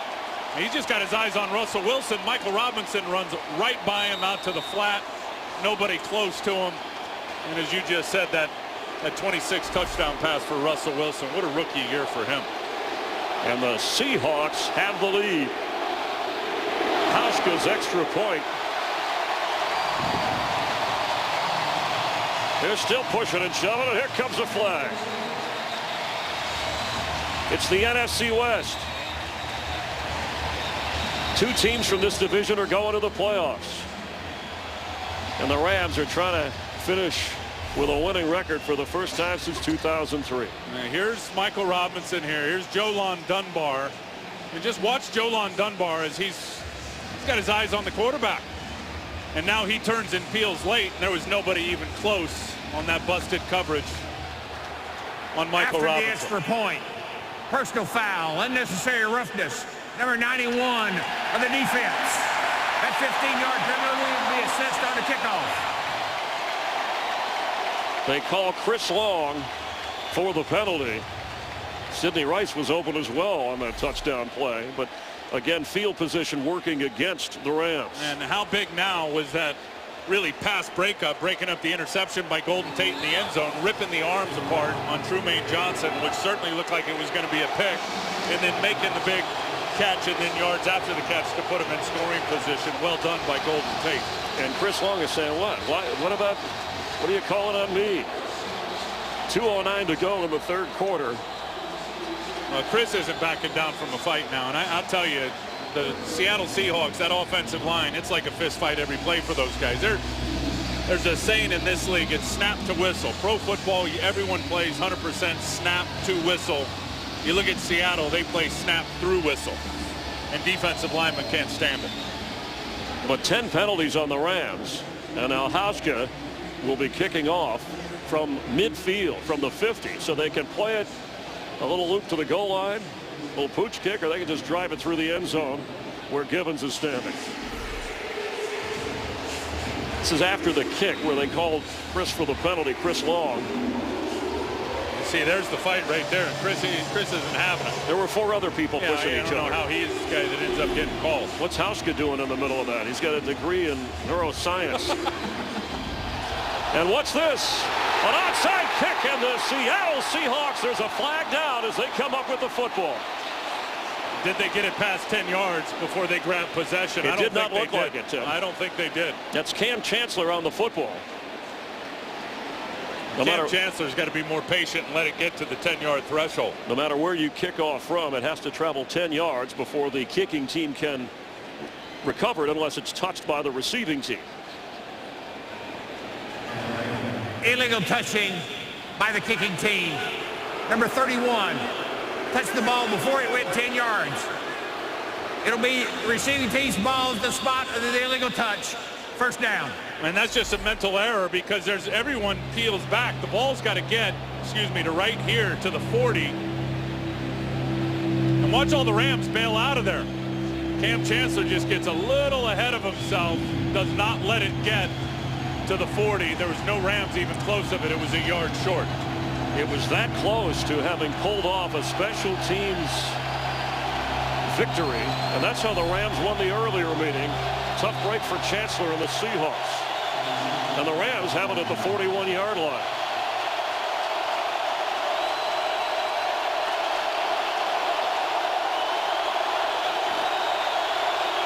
Rookie Isaiah Peed is in at running back. He gets the carry and goes forward for a healthy gain on first down. Isaiah Peed was drafted in the 2nd round, well ahead of Darrell Richardson, who was drafted in the 7th round, but he's the rookie who's carried the load behind Steven Jackson. Call Star NFL to download NFL Mobile for only $5 all month long. After a gain of 7, Peed stays in.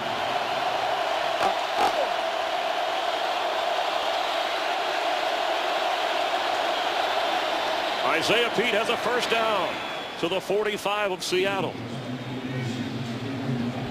Steven Jackson, 9 carries, 42 yards in this game for the Rams, went over the 1,000-yard mark. And Isaiah Peed getting an opportunity. He's getting some nice blocks up front. Scott Wells, some of those inside runs, those last couple of plays, is just handling Brandon Meebank.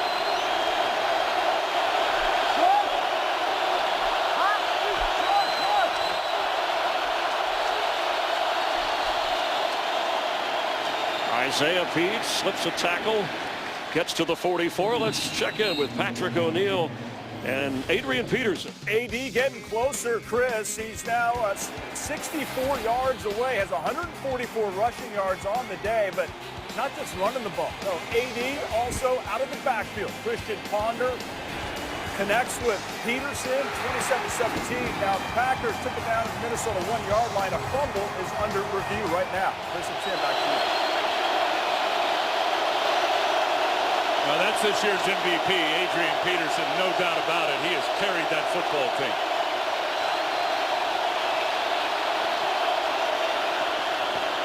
Second and 9. Bradford. Complete to Brandon Gibson. Here comes a flag as he's run out of bounds after the first down catch. And here's Seattle sideline yelling for a push-off on Brandon Gibson. Illegal contact. 20 of the defense. The penalty is declined. The result of the play, first down. That's on Jeremy Lane, who's playing for the injured Walter Thurman, who's inactive because of a strained hamstring. And there's the contact there past 5 yards. That's a good call. I'll tell you what, Seattle had better get their pass rush and figure it out and get it going. Sam Bradford got all the way to his 3rd read before he unloaded that one to the receiver. The Seahawks are going to the playoffs, but the Rams want to finish strong. So into 3 quarters, you're watching the NFL on Fox. Seattle leads by 3. Tim Ryan, Chris Myers in Seattle. The start of the 4th quarter on a first down from the 32 for the Rams. Bradford has it.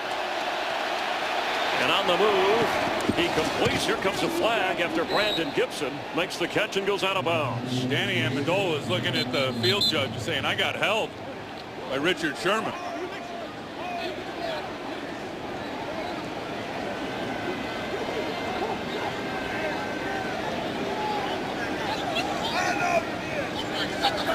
Prior to the pass, holding, number 25 of the defense. The penalty is declined. The result of the play is a first down. 12-yard gain. Richard Sherman, who won an appeal from the league office this week, and when he got the call in the locker room, a cheer went up from all the Seattle players. Brandon Browner, serving his suspension, will return for the playoffs at the other corner spot for the Seahawks. And you can just see it in the back there as over the sideline behind the play as Sherman was on the back of Danny Amendola. First down from the 20 of Seattle. That's Isaiah Peed. Run out of bounds around 15-yard line by Bobby Wagner, who came in with over 130 tackles, the rookie middle linebacker for Seattle, and a Defensive Player of the Year candidate along with Janoris Jenkins of the Rams. I should say rookie Defensive Player of the Year. I think they're the top two candidates in the league right now when you look at the Defensive Rookie of the Year. Janoris Jenkins, the corner, just a terrific year. And then Bobby Wagner, you look at him, 3 interceptions, 2 sacks, calling the defense. Middle linebacker has been fantastic.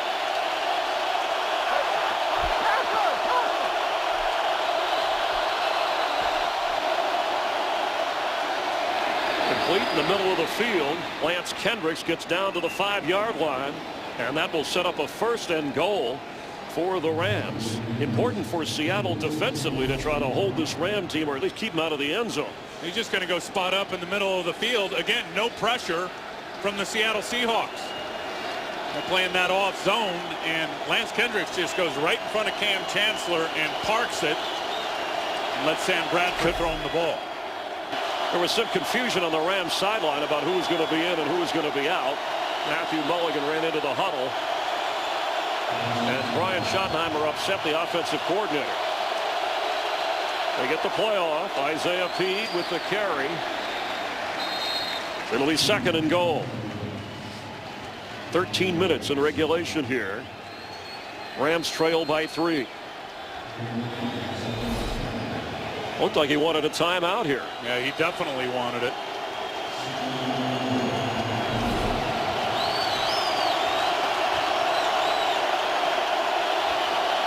From the 4-yard line. 3 wide receivers, and Isaiah Peed the back.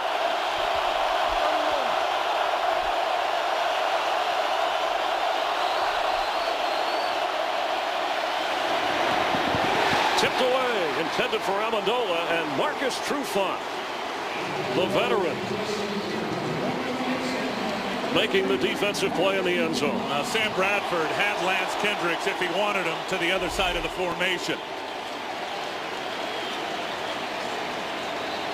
I mean, Danny Amendola had Trufant in front of him, and then Earl Thomas running over in front of him as well. Pete Carroll wanted the interception. Lance Kendricks wanted the ball on the other side. There was nobody covering. 3rd and goal.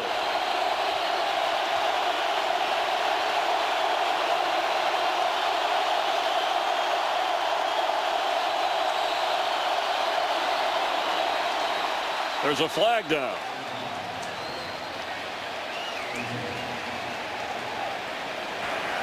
Delay of game. Offense. Number 8. 5-yard penalty. Still 3rd down. The Rams talked about the noise. The play clock. As soon as that goes 0, the back judge looks down at the football, sees that the ball is still there, not in the process of being snapped. He's going to throw the flag. This may end up helping the St. Louis Rams, though. 3rd and goal anyway, may give them more room, more spacing for their receivers.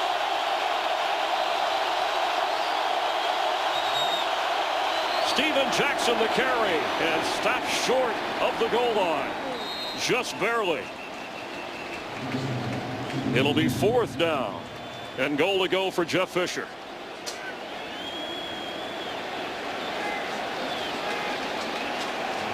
Here comes the field goal unit, and Greg Zuerlein, who's made one and missed one today. This will be like an extra point. Interesting call, turning and handing it to Steven Jackson. Maybe if they were a yard closer, Yeah, Jeff exactly. Fisher would have gone on 4th down. Yeah.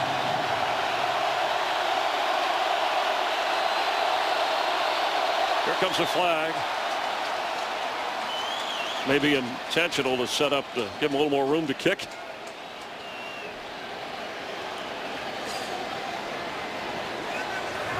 False start. Offense. Number 59. 5-yard penalty. Still 4th down.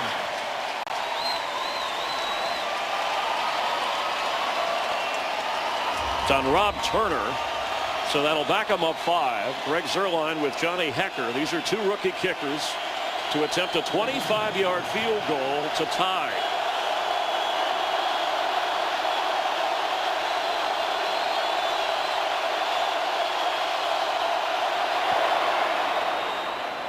He got it.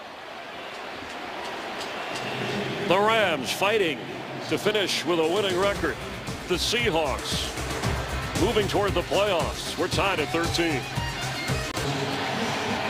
Along with Tim Ryan, Chris Myers here in Seattle, where the Rams have gone toe-to-toe with the Seahawks. The 49ers are on their way to winning the NFC West. 6.5 minutes left in San Francisco, and they have a 27-6 lead over the Cardinals. And the storyline there to me that's interesting is, what does Pete Carroll do now, being locked in as the 5 seed if in fact San Francisco does go on to win? Does he rest any of his players? I would assume he won't.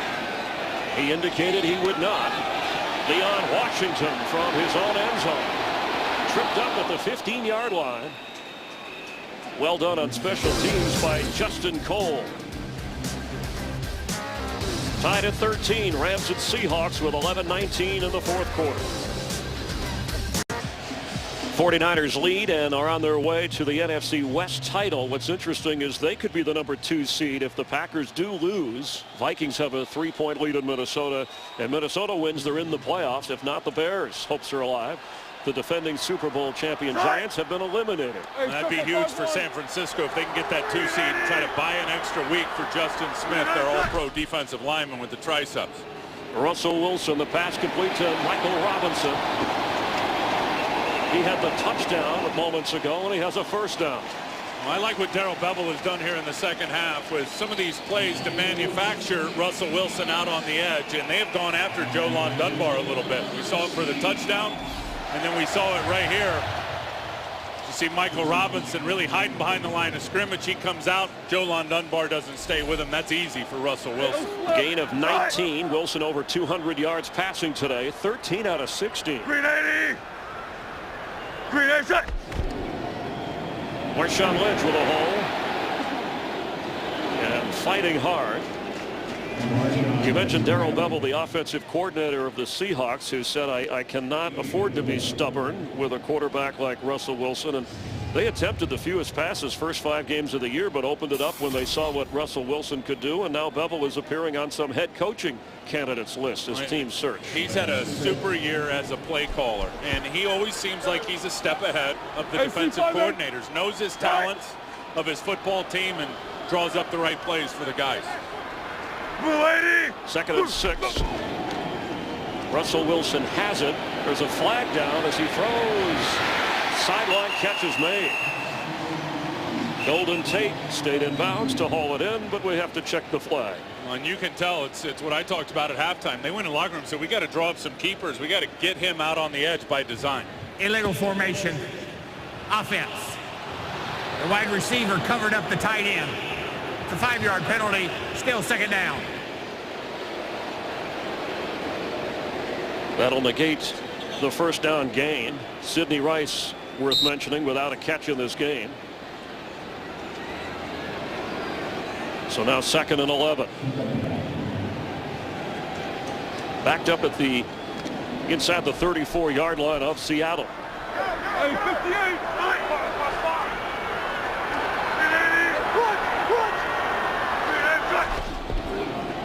Marshawn Lynch inside handoff at the 35-yard line. This Ram defense, they have played well against a Seattle team that scored 150 points in its last 3 games, and especially at home where Seattle can pour it on. Well, this is a different Rams team, Chris. We've talked about it. They've won 4 of their last 5, 3 consecutive on the road. They play with great effort and desire, but at the end of the day, they're a smarter football team. Steve Spagnuolo is a good friend of mine. We all know that, but Jeff Fisher and what he's brought, the element of intelligence, football intelligence to this defense, game planning and scheme, has been outstanding. A 3rd down. They need 9. And Russell Wilson's going deep. Baldwin.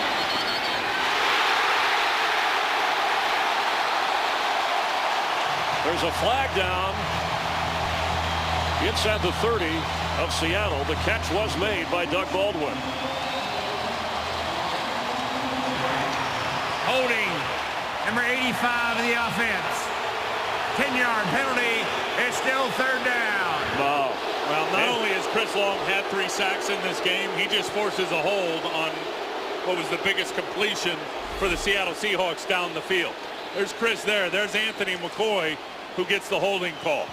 He just reaches out, grabs that left shoulder, and then just hangs on. Anthony McCoy, the penalty, wipes out a 49-yard gain. And now that's 8 penalties on the Seahawks accepted. The Rams have had 12 penalties. And Pete Carroll facing a 3rd and 19 from the Seattle 25-yard line. I love the future for the young St. Louis Rams, who have a lot of their core guys signed up to long-term deals, including Chris Long as one of those key players.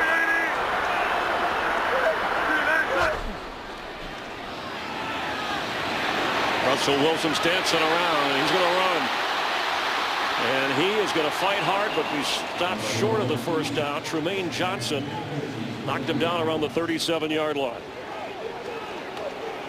Well, it's the first time we've seen them lose their integrity in their pass rush lanes. Chris Long, nonstop motor up the field, forces Russell Wilson up inside, but it's one of the only times this game we saw William Hayes get out of his rush lane, try to be clever and get to the outside, and Russell Wilson exploited it for a nice run.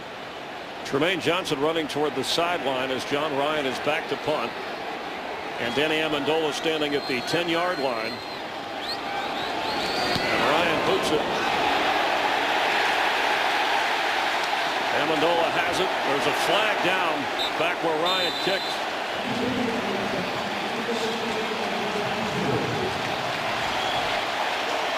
That was the roar of the 12th man. Somebody ran into the kicker, I think Hagan.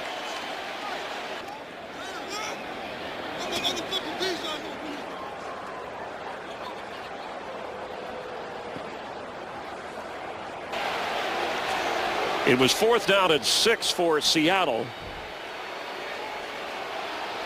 Could be a running into the kicker, which would only be a 5-yard penalty. If it's roughing, it'll be a first down, if that is indeed the penalty.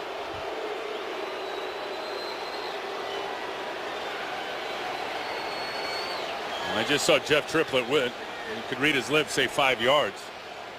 Pete Carroll negotiating for more.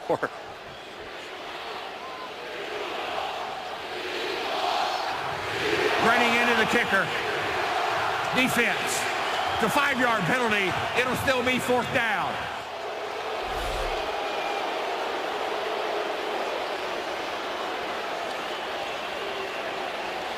Mario Hagan comes in on John Ryan, runs into him, so now it's a 4th and 1, still lining up for the punt.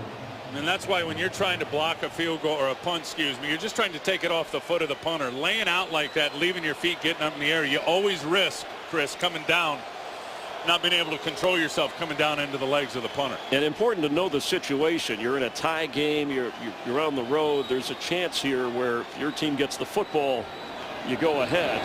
As Ryan lines this one to Amendola, who can get up to the 20 and falls down at the 22-yard line. 7.5 minutes to go here in the 4th quarter. We're tied at 13.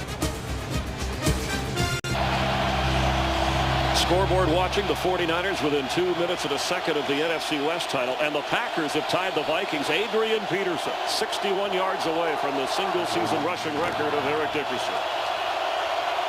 First down Rams from their own 23. Steven Jackson, bottom of your screen as a receiver. At 4 on 5, let's see if Seattle can get some heat. Bradford's throw is caught underneath by Pettis, who gets a first down up near the 38-yard line. And they can't. St. Louis, that's been a problem all day. The Rams put 5 guys out. There's 5 guys in protection. Seattle's rushing 4, and they can't get Sam Bradford to flinch. Sam Bradford has not been sacked in this game. Last week against Tampa Bay ended a string of 30 consecutive games in which he was sacked. Kind of funny, too. Sacks have gone down for this Rams team since Scott Wells, the center, got back into the lineup from his injury early in the year. Steven Jackson dancing around across the 41-yard line. The only touchdown for the Rams, Austin Pettis caught a pass from Sam Bradford. And for Seattle, it was Russell Wilson equaling Peyton Manning, his NFL rookie record of 26 touchdown passes. Locked up at 13.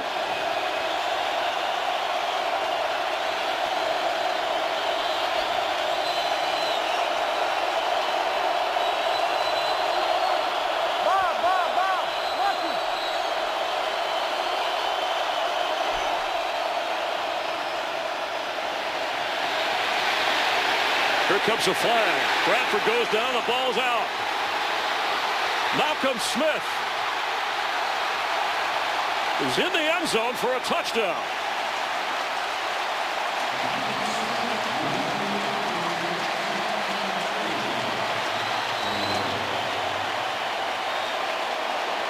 Well, it looked like his arm was going forward, Chris, to me, as the ball came out. Was it a forward pass? The ruling on the field. They let it go. Remember, there's a flag down prior to that. I believe the flag's going to end up being a hold on the St. Louis Rams as Bradford was trying to escape and get outside the pocket. Then the question becomes, was it an empty hand coming forward, or was it basically being an incomplete pass as the ball slipped out of his hands as the throwing motion and the hand were coming forward? Malcolm Smith scooped the football and went into the end zone. We're reviewing the previous play.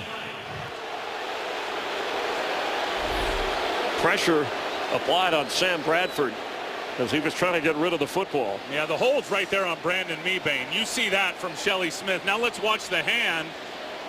Oh, yeah, that's an incomplete pass. Yeah, Chris Clemens got in on him, but he was going forward with the football. His hand was definitely coming forward when the ball came out.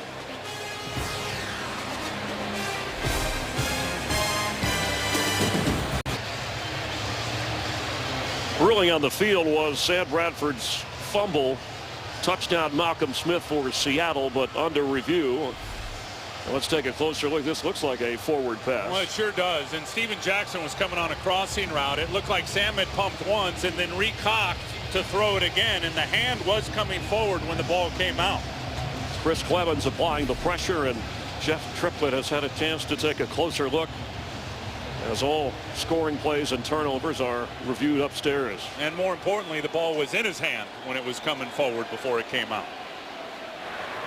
After review, we're reversing the ruling on the field on the fumble. It is an incomplete pass. The quarterback's arm was going forward with control of the football when it came loose. So it is an incomplete pass. There is a hold on the play by number 66, offense. We will determine whether we're going to enforce that foul. Shelley Smith called for the penalty. Our rules analyst Mike Pereira watching along with Tim and I. Go ahead, Mike. Seattle is elected holding number 66 to the offense. That's a 10-yard penalty. Second down. You know, I got to tell you that some people have questioned already why not intentional grounding on this play, and the key is that he had started his throwing motion before the contact by the defense. And that means then that the defensive contact takes them off of intentional grounding. So you can't have that. Thanks very much, Mike, for helping to clarify. So it's not intentional grounding. Well, here's what Mike's talking about right there. You saw the hand pumped and then was coming forward again before the contact of Chris Clemens on Sam Bradford. But the holding penalty on Shelley Smith makes it 2nd and 17. Rams keep the football from their own 31-yard line.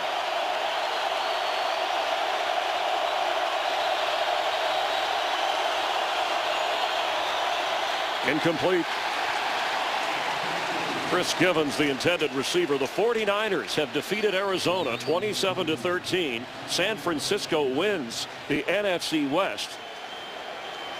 Remember, Atlanta, the Falcons are the #1 seed in the NFC. There's still a chance the 49ers could be the 2 seed. Absolutely, which would be huge for them and their health. Minnesota now back up over Green Bay, 34-27. Minnesota wins. San Francisco will go to the 2 seed. And the Vikings would go into the playoffs as the 6th seed as a wild card. 3rd down and 17. Bradford's throw to Steven Jackson. It'll be 4th down for the Rams up across the 42-yard line of St. Louis. I think we can know one thing now, though, that San Francisco has won and clinched the division is Seattle will be locked in at the 5 seed, and they'll either play at the Washington Redskins or the Dallas Cowboys in the wild card round versus the NFC East division champion. That game, the Sunday nighter, to close out the regular season. 5.5 and counting, tied at 13, and back to punt is Johnny Hecker.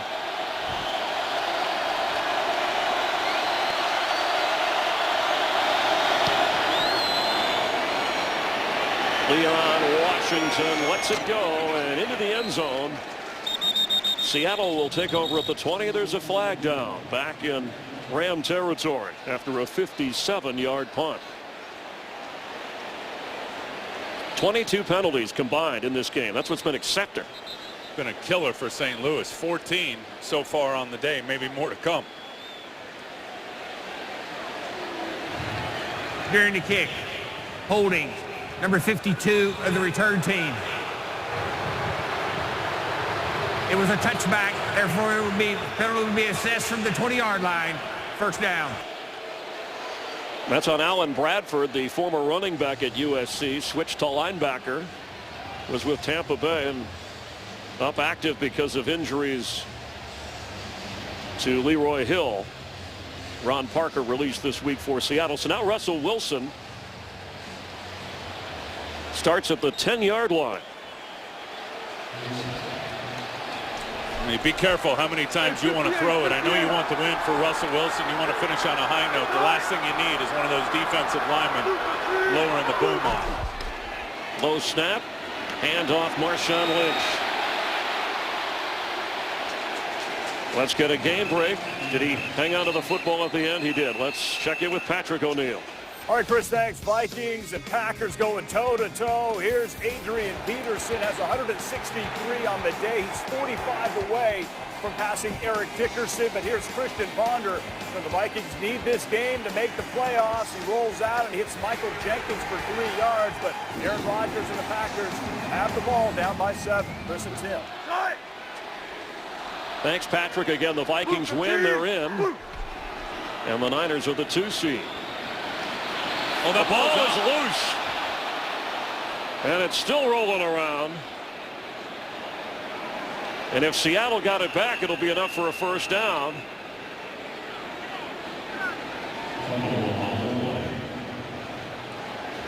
On a 2nd and 2 carry inside the 20-yard line, Lynch lost the football. I always like these guys. It's down on the bottom of the pile. You played defensive line. Just because one guy had it at the bottom doesn't mean he keeps it. Yeah, it rarely ends up that way. But the Seahawks come out with it. And the official earning his money there, digging in the pile. Oh, he got right down in there. Well, Marshawn Lynch slips initially, and then it looked like Joe Dunbar grabbed him by the legs, and then Chris Long forced him back inside, and the ball came out.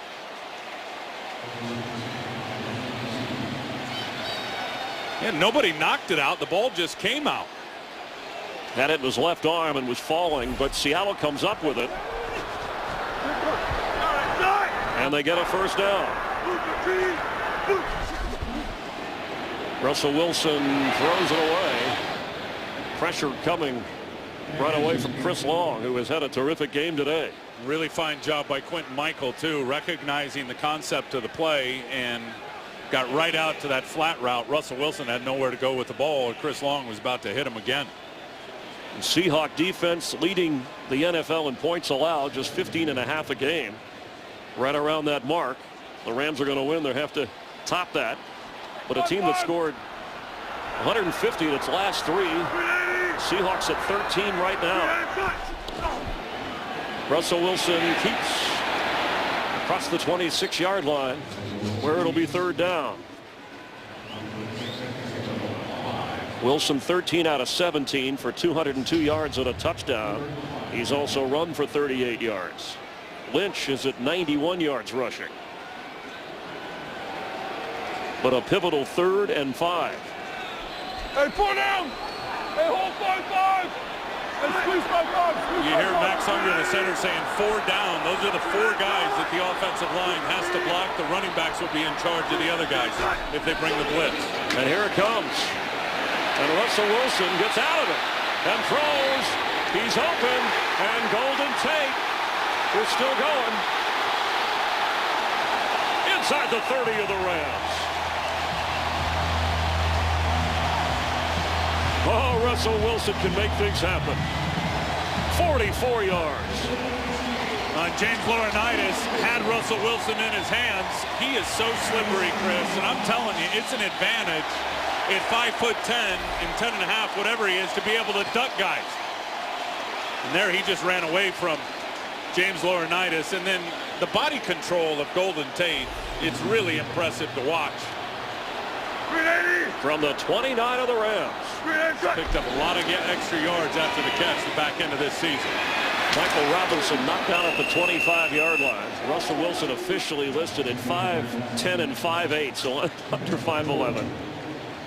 And the Rams defensively have done a good job on the outstanding rookie in this game, but he is always capable of making that big play.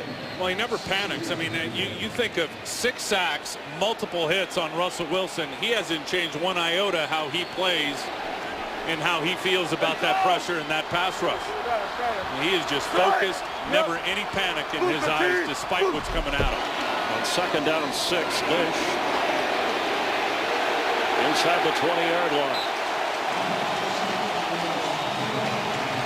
We're nearing the 2-minute warning, and he's near a 1st down.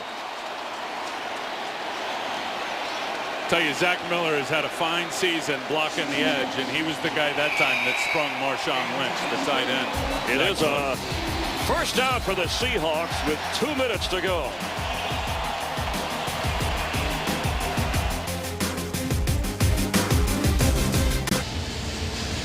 It's been an entertaining game. 13 all here in the 4th quarter with 2 minutes to go, and Seahawks have 2 timeouts from the 19-yard line of St. Louis. Well, if you're Seattle and Pete Carroll, what you want to do now is maybe a couple of runs. You're already in good field position. Chew up that clock.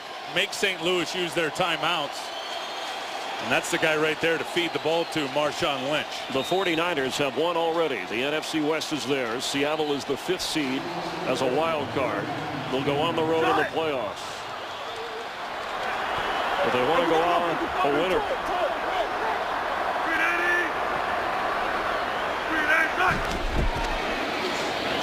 Russell Wilson.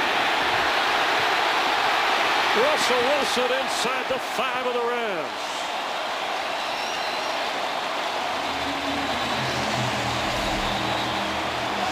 Watch Russell Wilson break this tackle of Sims.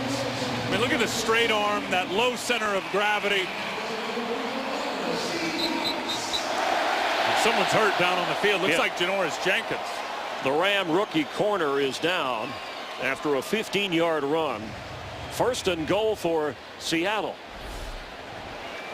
But they are checking on Jenkins.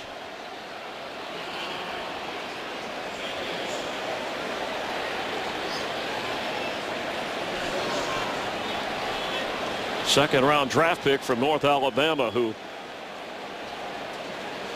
was attempting to tackle Russell Wilson. Man, it looked like Golden Tate was locking up to block him right there. Well, he didn't even want to throw his left arm out there as he went down and hit with his shoulder. You could see he was holding that left arm close to his body. And the Rams are going to be charged with a timeout under 2 minutes with the injury. So now each team has 2 timeouts. We hope that Janoris Jenkins is okay, the possible defensive rookie of the year. 4 interceptions, 3 returned for touchdowns, also had a fumble return for a touchdown, and has played well for Jeff Fisher. But this defense is on the spot against Russell Wilson, who has a 1st and goal from the 4-yard line. Bradley Fletcher is usually the guy who comes in those spots, or Cortland Finnegan, depending upon the side. Marshawn Lynch is going to get a touchdown.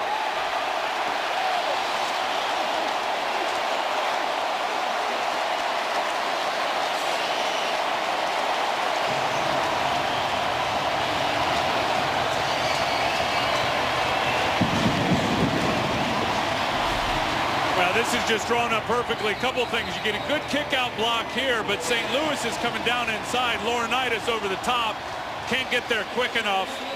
Look at the quicks of Marshawn Lynch at 228 pounds. Bang, right there, just run away from James Laurinaitis in the arm tackle. Was that left foot out of bounds before that ball crossed the goal line? It's a fair question, and all scoring plays are confirmed, or they decide that they need to be reviewed, and that's what they're doing here. You could see the left foot's out of bounds there before anything is touched on the pylon, and the ball is in the left hand and looked like it had not crossed the plane of the goal line yet. Here's the best angle to look at it. Man, I don't think that's going to be a touchdown. Jeff Triplett has gone under the hood to review. Under 2 minutes, so the clock at 1:45. Marshawn Lynch trying to go over the 100-yard mark. And Mike Pereira, who's been busy today with this game, watching closely. And Mike Pereira, from what you have seen, what do you think? Well, I mean, I think the best shot, the one they're always going to look at, is the shot right down the line. And when you try to see, and if you do actually try to go back and stop it when that left foot first touches the ground, you know, has that ball broken the plane? It's really close. You know, I'm kind of one of these now. It's interesting. The ball's in front of the foot when it first touches down. Well, the official I personally would leave it alone. Yeah, the official's right there. Look, he's got a better view than anybody. That's the best look at it right there, and Mike is right. I mean, that's as close as it gets. I mean, I know, Tim, as you know, they get into these and they start looking at things and trying to freeze it as soon as the foot touches the ground. But to me, of course, remember what the ruling was on the field, and that was a touchdown. And then I think you have to go back to the second element. Is it indisputable that that it is not a touchdown? And I think that down the line shot just says, you know, in my mind, I think it's short, but is it enough for me to change it? I wouldn't if I was under the hood. It's almost like a court of law beyond a reasonable doubt. And they have. Yeah, and that's true. Slow it down, high definition, but right there is the official who waited, and called it a touchdown. For Marshawn Lynch, if it stands and the ruling on the field is a touchdown, here comes Jeff Triplett.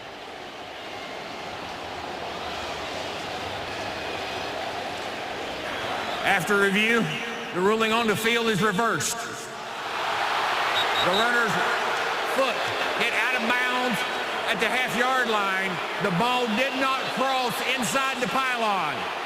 Therefore, it will be second and goal at the half-yard line. Jeff Triplett getting more airtime than Terry Bradshaw today. So after all that, he saw something, and it's second and goal. Well, Lynch has 100. This will give him a chance to go over 100. It'll also chew some time off the clock, which, if the Seahawks get in, eventually works against the Rams trying to respond. Second and goal from the one. Give it to Lynch. He deserves it. Russell Wilson is going to run it. And there's a flag down.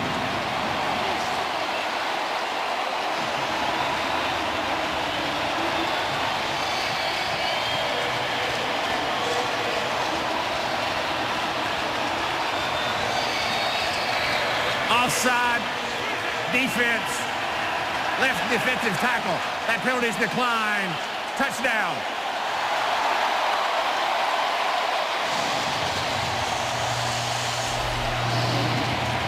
Now you could see the helmet right there of the defensive lineman. Nowhere for Russell Wilson to go with the ball, and then there's that poise that we've talked about all year with Russell Wilson. Never any panic. Surveys the field, sees a nice running opportunity, and punches it in. Looked like he wanted that rookie NFL passing touchdown record, but ran it in for his 4th touchdown on the ground. He tied Peyton Manning with his 26th touchdown pass earlier in the game, and he is the 2nd leading rusher on this team behind Marshawn Lynch. After the game, the OT, all the highlights and the playoff picture and the matchups, America's #1 postgame show. The OT presented by Lowe's. Tonight after the game you're watching on Fox, and bonus coverage right now will take you when this ends to the Packers and Vikings in Minnesota. 2 minutes remain in that game, and they are tied at 34. A possible record-setting day for Adrian Peterson and the Viking playoff spot on the line. I'll say this for Seattle. If they hold on and win this game, with a minute 39 to go here. It could be a benefit the way this game has played out for Pete Carroll and his football team. And Chris, really kind of a humility check. Think about it. I mean, the last 3 games, they have averaged 50 points a game. I know all the guys upstairs in terms of the general manager and people in administration. Are the guys reading the press clippings? Are they getting too confident? And look, this was a wake-up call. If they hold on to win, I think it's going to end up being good for the Seattle Seahawks and their mentality going into the playoffs. Well, after they beat up Arizona 58-0, they didn't let up. The next week they beat Buffalo up in Canada 50-17, and then walloped the 49ers 42-13. They can win the blowouts in the tight games. Right now they're in a tight one. To the 20-yard line. Let's check in for a game break. Yeah, okay, Chris, you mentioned the bonus coverage that you will get. Let's show you how this game got tied up. Aaron Rodgers, a dart to Jordy Nelson. Rodgers has 4 touchdowns, tied at 34. And we have Adrian Peterson 46 yards away. Vikings are 3rd and 11 situation with 2 minutes left. Chris and Tim, what a game. A lot of drama there, Patrick, and the possible record for Adrian Peterson. Here the Rams will have to rally. 2 timeouts. They lost one on the injury from the 20-yard line.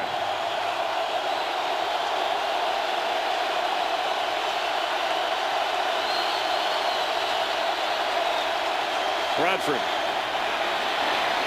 in the area of Brandon Gibson, and there's a flag down at the 45-yard line. There's also one back at where Sam Bradford is standing inside the 15.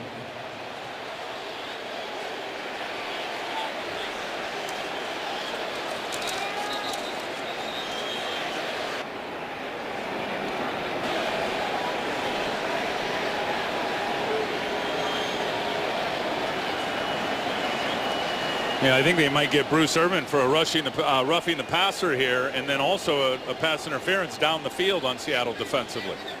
There are 2 fouls on the play. Personal foul. Roughing the passer. Number 51 in the defense. That penalty is declined. Pass interference. Defense. Number 41. That penalty is accepted. First down. The hit first by Irvin here, but Byron Maxwell called for the downfield penalty. Yeah, that's unnecessary by Bruce Irvin. You can't do that. 25-yard penalty here, and that puts the Rams up at the 45-yard line. 2 timeouts, 1:33 to go.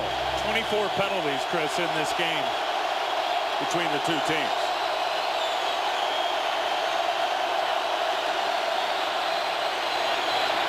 Pass is caught for a first down. It's Lance Kendricks who gets to the 40 of the Seahawks. Kendricks coming off his career best game. Well, that is a darn good throw from Sam Bradford. Not in position to really drive it. Just flung it out there sidearm to Lance Kendricks. Perfect location. Incomplete. Bounced off of Danny Amendola. 1:08 to go. 2nd and 10 from the 40 of Seattle. Sam Bradford hoping for another touchdown to get this into overtime. It's the end of the Rams season regardless. The Seahawks go on to the playoffs. Let's see if Chris Gibbons can run by Richard Sherman here at the bottom of the screen. Bradford completes. Steven Jackson goes down. It'll be 3rd and about 6. They need to get to the 30 for a first down. Called that timeout. And they're going to have 1 timeout remaining. Seattle has 2.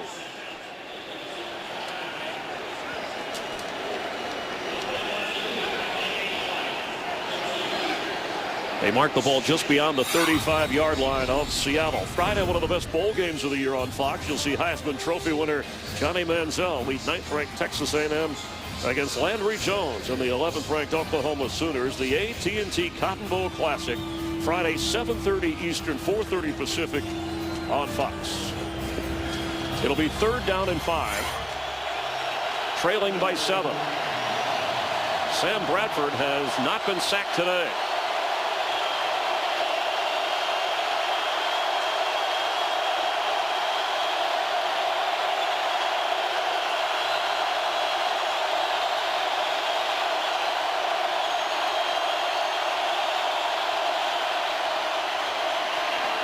Pass to Amendola, incomplete. Marcus Trufant was with him, but led too much by Bradford. Steven Jackson, the leading receiver for the Rams today, with 7 catches. Finally, some good inside pressure from the Seattle Seahawks, coming right up inside. I believe it's Scruggs, number 98. Bradford just unloaded that, as you said, too far outside. 4th down and 5.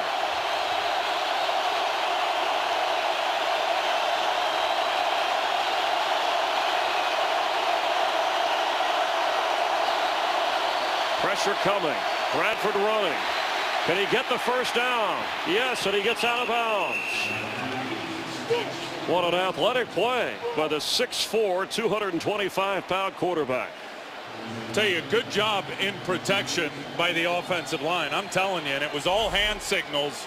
You're going to see the left guard there, Rob Turner, basically alerted Steven Jackson, look, we're fanning out. You got to step up inside. He was able to do that and opened up the running lane as Sam Bradford saw it and picked up the first down. 1 timeout, 53 seconds to go. First down from the 29 of Seattle.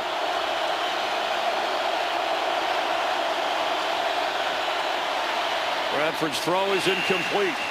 Kendricks had to go to the turf to try and get it. Yeah, it looks like Sam tried to guide that one. That's the first time I've really seen him do that all day. He looked downfield first, double clutched, and then threw it low. He's 25 out of 39, 252 yards. It was Russell Wilson's touchdown run a moment ago that put the Seahawks up 7.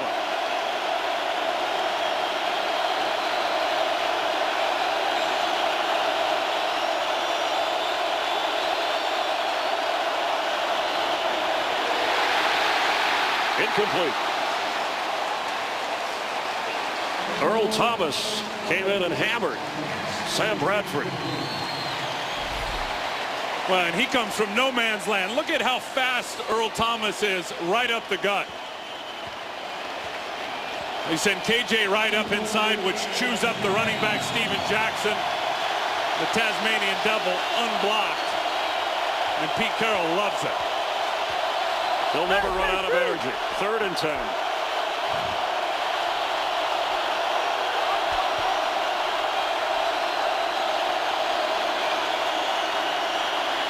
Pass is caught. The ball is out. Caught and dropped. It's an incomplete pass. Amendola let it go. And maybe it's a good thing, because they'd have had to burn a timeout. It wouldn't have been a first down. That's a good point. I told you this isn't the same old Rams. This isn't the same old meaningless final game of the season. These guys got such an unbelievable desire to fight till the whistle blows at the end. Try to get their first winning season in a decade, the Rams. Seahawks trying to win their 11th game on their way to the playoffs. 4th and 10.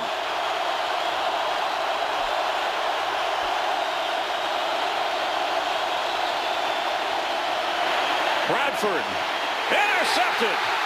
Richard Sherman.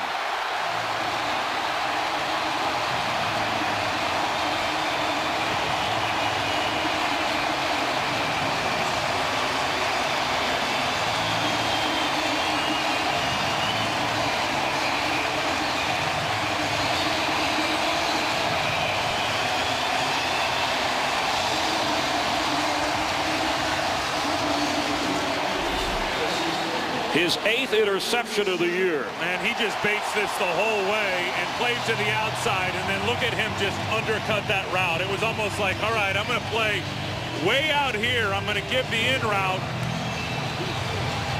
And he just totally left his receiver. And you saw the wide receiver split out wide. I'm telling you, the history of Richard Sherman being a wide receiver and understanding concepts and what passing games are trying to do has been a huge feather in his cap. And Pete Carroll said when Richard Sherman talked a lot during the year, it was to support his team.